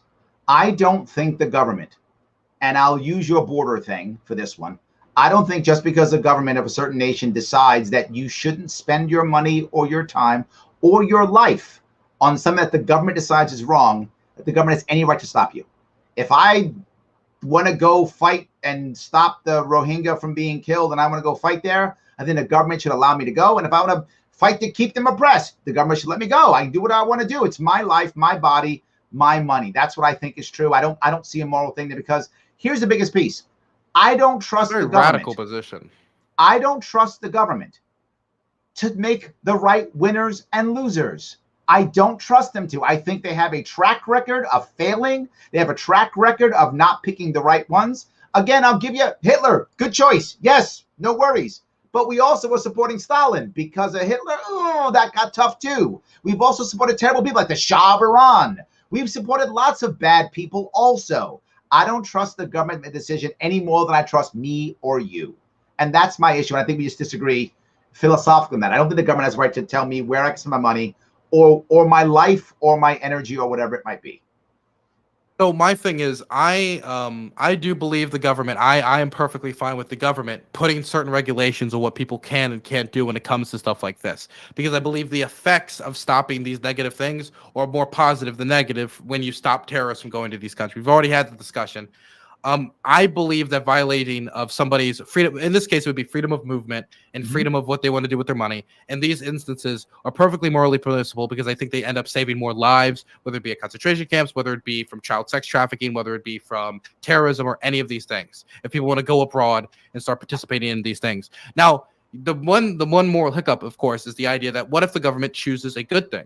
What if they choose something like you want to go overseas and support, I don't know, orphans getting puppies, some good thing, right? Yep. And I would, of course, say that is a folly of it. But there's also something I can do there. I can go there in a representative democracy and try to do my best to make it so it is then allowed. This has actually been an issue within northeastern Syria, is where there's a lot of fighters that have gone to northeastern Syria to fight, and they come back, and then the British government, for example, has given them a lot of harassment because they're trying to figure out, due to the war zone that's over there, are these ISIS fighters? Are these this? Are they that? And once Turkey, a NATO member, invaded northeastern Syria, once we backstabbed them, then it became a whole new dynamic because, wait, these are people now fighting a NATO member. And it's a whole different dynamic. And I will agree, it isn't a perfect model due to that, but being in a representative democracy, being able to advocate for that to change on the front hand, and the amount of media attention that's been given to them have given these people a lot easier,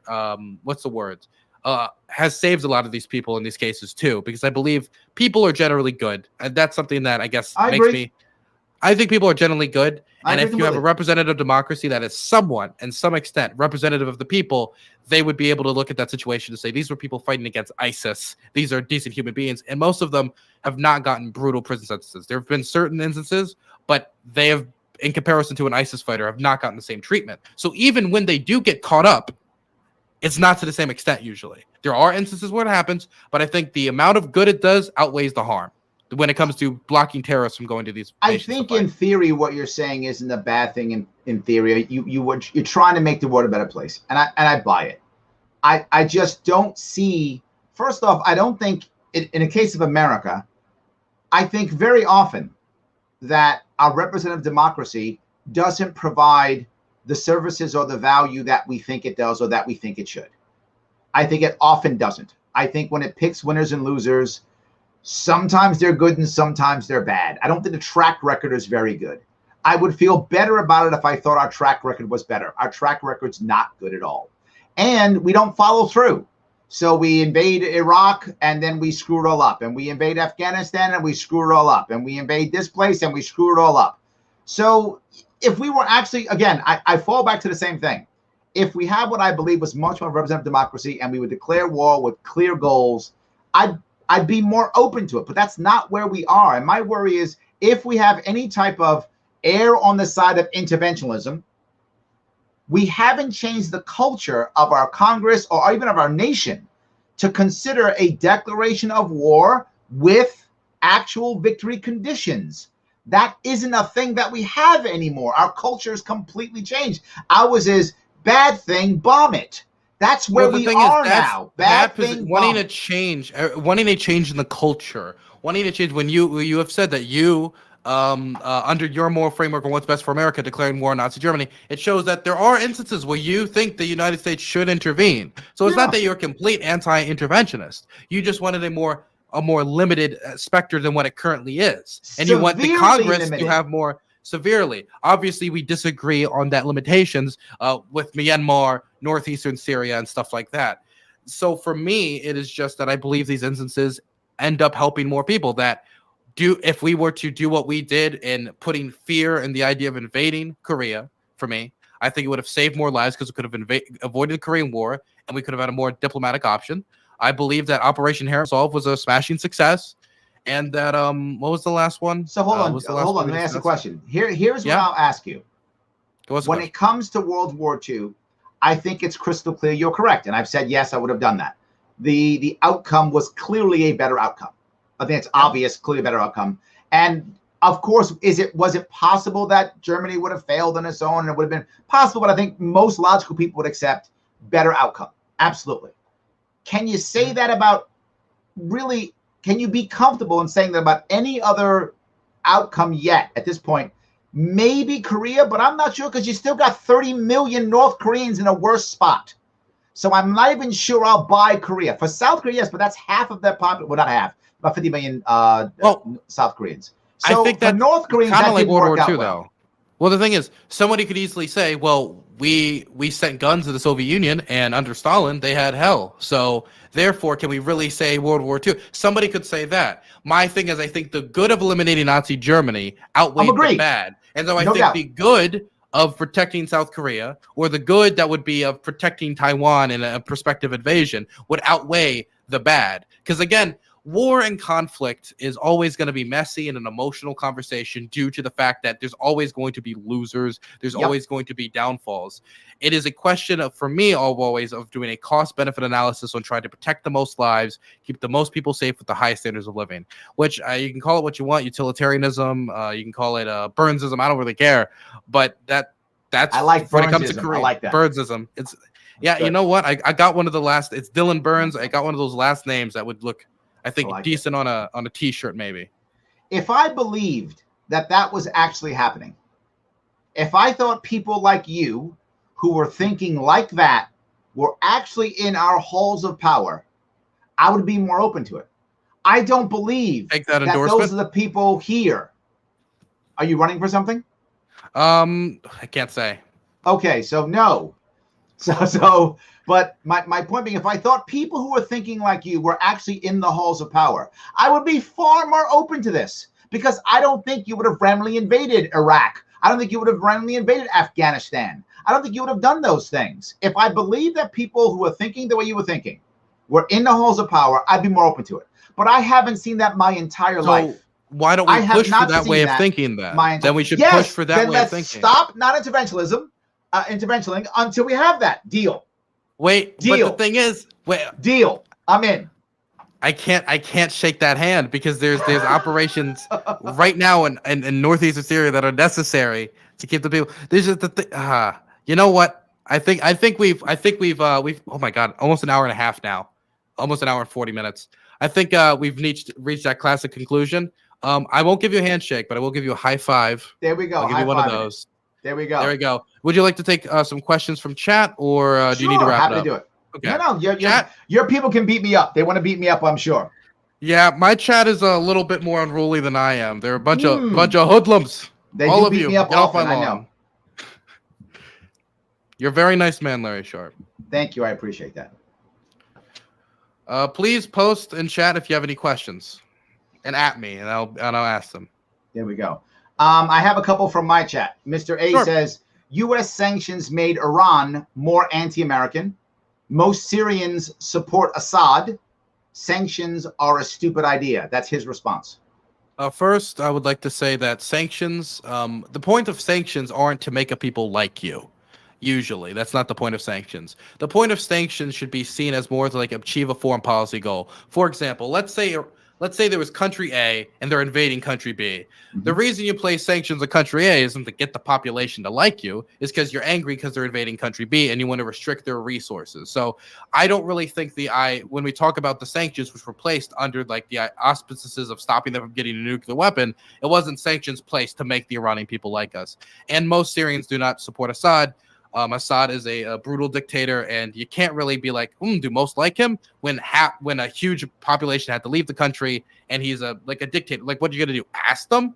I mean, what was it? He won 95% of the vote. What a smashing election! What a smashing election! Yes. The thing is, I actually went through all the elections in Syrian history, and his father was fucking hilarious. Excuse my French. It was 99.8. Next year it was 99.9, and then he just threw the whole thing out just at 100%.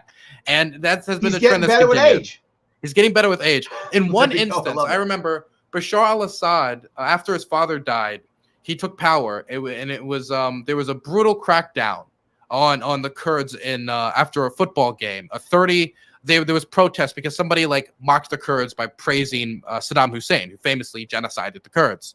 And the forces came in with tanks, mowed down Kurdish protesters, tortured men, women, and children. And there was a mini almost rebellion in northeastern Syria. And he somehow got a bigger share of the vote the next election. and according to it, would have won the majority of Kurdish votes. That is like saying that, what is his name? The guy who said segregation forever just won 90% of the black vote. It doesn't make any sense. If George Wallace winning the black vote makes zero sense. So, but let me touch the Iran piece. I don't think the sanctions have helped at all. I don't think they've moved Iran in the right direction much at all. And in my gut, we've been doing these sanctions for about 40 years now. I think if we had simply allowed them to just trade with us as normal for the last 40 years, it is my opinion that we'd be better off.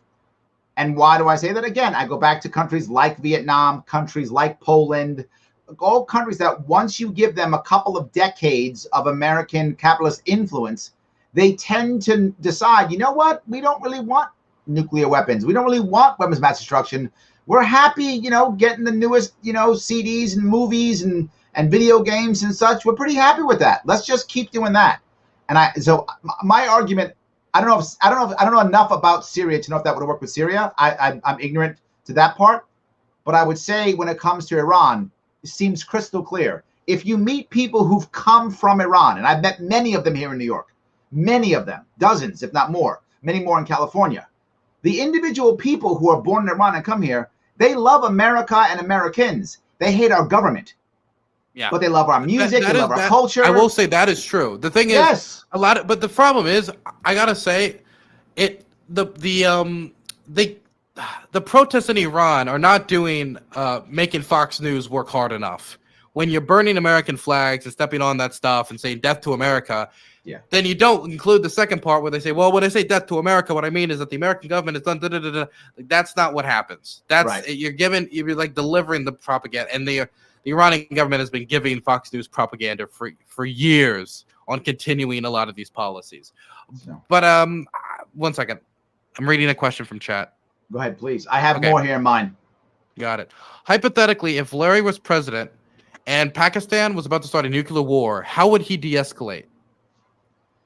Well, I think we've made an error here. I'm gonna go a little off topic, but I hope you'll see where I'm coming with this. Sure. In Cold War I, which I say was U.S. versus USSR, the weapon of mass destruction was nuclear weapons, and we fought most of our battles between the Soviet Union either as proxy wars with China as a junior partner, or proxy wars against even Russia sometimes, depends on where it was, and most of our actual battles against each other was espionage. Now, when you look at the second Cold War, which is China now the senior partner and the Soviet Union or Russia being the junior partner, most of our proxy wars now are fought against Russia, like in Syria or in Ukraine or something like that.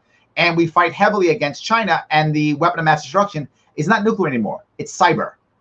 And most of our day-to-day battles are economic, not espionage. So we've changed how we're fighting Cold War II.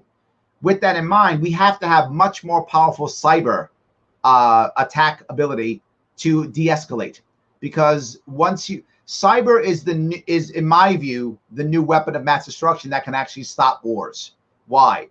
I'm getting ready to send my troops across the border. Cyber attack and shut down a grid. You can shut down a grid. That's going to be a tough offense right there. You're not getting your tanks. You're not getting your trucks. You're not getting your stuff there. It stops a whole lot. So I think we should focus on that. However, if I believe that Pakistan was going to start a nuclear war with India, I would hope they wouldn't, because that's a nuclear exchange is going to devastate everybody. I would hope we'd have enough of a presence in Pakistan and influence in Pakistan that we can convince them to not do it. I would hope. But say I'm wrong. And they're like, we hate India and we're afraid they're going to fight in Punjab, so we want to nuke them for whatever reason. If I could stop them through economic sanctions for that, I would, because that's mass destruction. That I would try to if I could. But would I want to send our troops in there to die in a nuclear war? No. And if I did sanctions or something like that, they'll be grossly targeted and grossly temporary. Just go, guys, if you drop those nukes, we're not going to help you rebuild. When the Indians blow you up in return, we're only helping India. We're not helping you at all. You're going to sit there and starve to death. We're only helping India. I would do something like that if I could. I would really hope we have a world where people aren't going to be doing localized nuclear exchanges. I mean, it hasn't happened yet. I hope it won't happen. Okay. Here's a question for you. If someone freely chooses to support a side involved in a genocide, what happens? Oh, 1 second, I'm getting a call. What happens when they come back stateside? How could we convince the affected minorities stateside to feel safe? If someone actually went over and committed war crimes, the person would still be a criminal. I just wouldn't stop them from leaving. When they came back, they'd still be a criminal. They committed war crimes, so they're still a criminal. But under your model, like if somebody goes, so you wouldn't stop them from going and doing it, but once they get back, you would. What if we knew they were going to go do it? What if we knew they were going to go over there, join an organization, going to do it? How do you know they're going to go do it? If they're going to join ISIS, do we really have this idea, like an organization that its whole model is perpetuated on war crimes? Is it really that much of a jump to be like, you are going to join this organization to go do terrorism? I see your bomb vest right there. And this is a hard one, but it's based upon the American way and what our criminal justice system is supposed to be. You don't arrest people unless you're sure they did it or going to do it. That's how we don't do it anymore. But we were built upon the idea that I would rather have a guilty man go free than an innocent man be imprisoned. That's what we were built upon. And I still believe that. I still believe that you have rights. And you know what has happened in the past? And again, I used to be in counterintelligence in the Marine Corps for a little bit. And what does happen sometimes is these kids go over there and think they're going to do stuff, and they back out. And they find themselves in no man's land because they can't come back to America, but they can't go there. And they find themselves in no man's because they realize, holy crap, this is not like the video I saw. This is not like YouTube. That happens more often than you would imagine. Anyone who's interested, do some homework on that. It's very simple to do. It's very simple Google searches. And you'll find there are people get stuck in no man's land. So now what do? And they're stateless, actually, usually. Yes, they become stateless individuals. And what I'm saying, go. And I hope it's wrong. And why can't we use the bully pulpit to go, if you want to go and fight in the Taliban, you can go. But my God, look at what you're doing. It's not as cool. And if you screw up, tell us. We'll take you back if you realize you screwed up. Way better than just, now we're going to put you in jail, and now we're going to pay for this person to stay in jail to become a worse terrorist? I'll pass. Well, the thing is, the containment of them would end up saving more lives. The containment of these people, because if you go overseas to fight with ISIS, you're going to be committing more crimes. It would be like if we find out that somebody is going to our house to where there's a bunch of child sex slaves, we're under the auspices of they're going there to go do this, right? That's why there's intent to commit a crime is a thing. If you're going to go do something, we arrest you and you're like, okay, yeah. Like if I'm going over to a house to go kill my neighbor because he stole my cat or something, right? I could be arrested and thrown in jail for that. I view going to join a terrorist organization in the same way. You are going over there to intend to go commit war crimes, to go kill people, to go slaughter, rape, and enslave, which are all things that should put you behind bars basically for the rest of your life. There's almost no way to come back from that. So you're telling me if I'm an 18-year-old kid, 19, which is a common age, I'm lost as a teenager, a young boy. I've been watching these videos. Maybe I'm Muslim and I've been picked on. And I feel like I can go over there and be a tough guy and be a powerful guy. And I decide I'm going to go over to ISIS now. And really, when I get there, I wouldn't have done anything. Or maybe I would have. We don't know. But that's what I believe. I believe that this is my way out. I'll teach you guys this. I'll show you how cool I am because I'm an 18-year-old kid. You think the right answer is life imprisonment for that kid? Not necessarily in all cases. I said, wait, no, listen. Wow. I said, not, okay. Okay, wow twice. It's 2 wows. You can throw a third one. Throw a third one out there. I'm good with 2. Wow. That was a double wow. That's it. It was a 2. That's double wow. I got to get a triple wow of you. So the thing is, I said that because most likely if you are somebody who's a dedicated person going over to join a terrorist group, it is de-radicalization is a very difficult game. Most 100%. Likely you would end up being life in prison, not because I believe it's completely impossible to come back from that in all cases, but most likely. I didn't say it as a policy, more as like, because if we ask you and like, so are you done? I will continue to jihad right when you let me out. Well, then you're staying in here. That's what I meant. If it's some 18-year-old confused kid and we have found ourselves to successfully de-radicalize them, then of course, I believe in a rehabilitative justice system. I want a criminal justice system where they get in there and it's not just like a revenge-based system. That's why I'm against the death penalty. 100%. Because of the amount of innocent people have been killed by the death penalty, the amount of how it's disproportionate to black communities, to white communities. I don't trust the government. The thing is, for me, is just it also doesn't work. The death penalty has not been shown at all to disincentivize crime, and there's a lot of studies in Japan showing this fact to just be 100% true. If you look at states that have the death penalty compared to states that don't have the death penalty, if you don't have it, you tend to usually have lower crime, and this is true across nation states. But that's a little tangent. But yeah, no, if we could rehabilitate them, but I see it in the similar way as the intent to commit a crime. If somebody goes overseas, like if I went over to your house to go murder your dog, I'd be arrested with the intent to go do that. It's the same way joining a terrorist organization. No, but you're joining an organization. So Adam just brings up, so if you join a bikers club, you should go to jail? A criminal biker club? Like what type of bikers club? Yeah, that we know that they do criminal stuff. 2% or whatever they're called. Right? They do criminal stuff. So you should just be arrested? I mean, you have to have some intent. I could see certain scenarios where that could be the case. I don't know necessarily about a bikers club because I think what about the Klan? What if you're a Klan member? Should you be arrested? I don't know enough about the modern Klan. Is it them? They're going in and just do racist cookouts, or are they going to go commit a lynching? If their organization participates in lynching still, then I could see a scenario with that. Yeah, I think for example, the first Klan, 100%. All the Klan members. All right. It depends on what. Okay, let me put it this way: the first version of the Ku Klux Klan was literally just a terrorist organization. Yes, correct. What they went is walk through neighborhoods and lynch people. That's what they did. Then there was different versions of the Klan. I don't know enough about the modern Klan to make a determination if they're still acting in a terrorist manner or still doing terror attacks. I'm not all that deep in Klan lore. I'm not a Klan historian. What that means is now you've got to have the FBI deciding whether someone is a member of a group. That's what you figure out. Did they? Yes. And what if they don't have like online pay your dues, right? They don't have that. Well, if you don't have enough evidence, then obviously you don't talk about somebody. If there's not enough evidence to convict, you don't.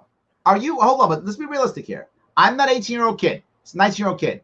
I'm getting on a plane to go to. I'm trying to go to ISIS, but I can't go there, so I'm going through, say, maybe Ethiopia first or something like that.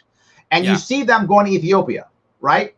And I put on my Facebook page, guys, I'm out of here. I think ISIS is cool. I do that, right? Is that enough to put that kid in prison? No, I don't think so. Of course not. The thing is, if we don't wait. If we don't have enough evidence, then we don't throw them in prison. My thing would be if we have evidence of, well, it looks like they just bought a plane ticket to Turkey, which was the main route for people. Sure. And hey, they're talking to an ISIS recruiter, and they just told this ISIS recruiter, I'm going to ISIS to go kill civilians. Woohoo. And then they have a bunch of ISIS propaganda in their household. You combine all these facts together, and it's like, yeah, this is most certainly enough to convict somebody going to join a terror group. But how do you get that stuff? You get that stuff you get that stuff by doing sting operations, for example. Yeah, you do. And FISA courts, which always say yes, and destroying our privacy and doing all the crap that I can't stand. Yeah, none of that. That's a terrible idea because all the other people pay the price for that. There's one ISIS guy, and the rest of us pay the price for privacy, and I do believe if the thing is, I believe that if for example, there's certain ways you can get warrants for stuff like this. There's ways I believe in a civilized society. Ask for it. You get one. That's how it works in America. I believe that there should be a warrant that you get to go investigate whether somebody's going terrorism. Like somebody goes to the police and says, "Hey, this guy told me he was going to join ISIS. Here's a picture he sent me of him with like some weird like terror stuff." Then you get a warrant, then you investigate. I'm not in favor of the like a police state looking into every home, but all I'm saying is that if we have evidence that someone's going to go overseas to join a terrorist group to blow stuff up, go kill people, go slaughter, go rape, murder, and kill, we should stop them from doing that. That's intent to commit a crime. What country do you live in? You live in America with me, right? I live in the United States, of course. That's like me. That's like a fantasy. Here's what happens. They then create a special FBI anti-ISIS unit. I thought we were talking about our policies, not Republican policies. I thought we were talking about what we wanted. Democrats too. Democrats, Republican, anyone. But I'm talking about me, Dylan Burns. Yeah, but that's not. But I'm saying it doesn't work in reality. Why I'm against it is not because of the theory. I think theoretically that makes some sense. But in reality, what happens is the FBI now has this new unit. It has to validate itself. So if there aren't enough ISIS people, they literally create sting operations to make them.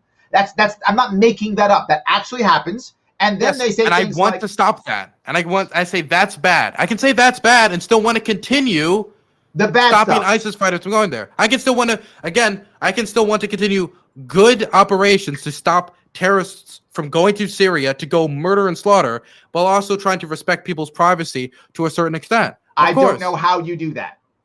You were teasing me about being kind of fantasy. How do you in today's world? I'll go back to something we did it before 2001, before the Patriot Act. We used to do that before. We still were able to do that before. For example, we had immigration. We had immigration policy before ICE existed. The same thing. We were able to bust terrorists before we started opening up the laws on exactly how easy it was going to be to get this information. So when you say it's fantasy land, not really. It's like 30 years ago for a lot of this. End the Patriot Act and we can talk. Well, we could. Okay, you know what? I agree on that. We can agree. You know what? Let's just end it there. We agree on ending the Patriot Act. Yes. 100%. Or I'll make a time machine. We'll go back to 1990. Let's go to. I don't know what this. I don't know much about this, but what would Larry have done against Monsanto? As in the company? Yeah, I believe the company. Oh, I'm supposed to do something. That's I don't know. I thought question. Maybe you would have a. No. Monsanto is a. It's way. I believe, if I understand what the question is, talking about basically the idea that Monsanto is doing many things. I mean, that's a seriously broad question. Monsanto is basically a monopoly. It is basically trying to create. It's basically getting intellectual property on life. I mean, it's doing so much stuff. I mean, Monsanto. Let me be very generic. I am anti-monopoly, and we should have more policies that break up monopolies and oligarchies. So I don't want to necessarily attack the Davids as much as attack the Goliaths as well as much as I want to grow more Davids to compete effectively against them. So I know that was a generic answer, but it was kind of a generic question. I hope I understand the wrongdoings of Monsanto, and I would have done something to try to adjust that. I hope that's helpful. Okay. Do you have any questions for me? I have more questions if you want them. Yeah. One of my guys says, what about the Juggalos being considered a criminal gang? Well, of course I disagree with that.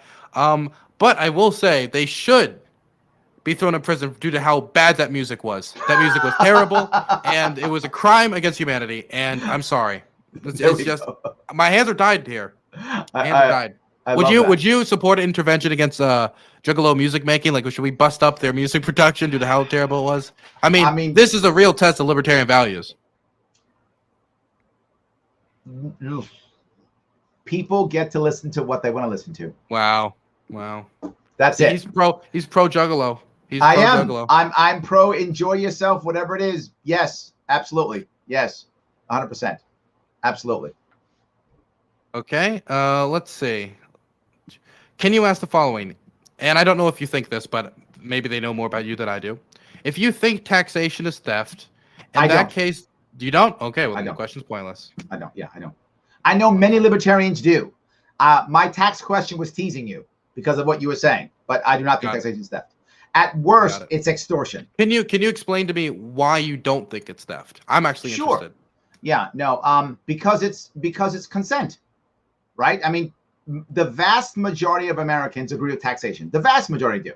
In fact, if you do any type of polling or surveys, you will find that there's only a small chunk. There's a small chunk of Americans who think we're not taxed enough.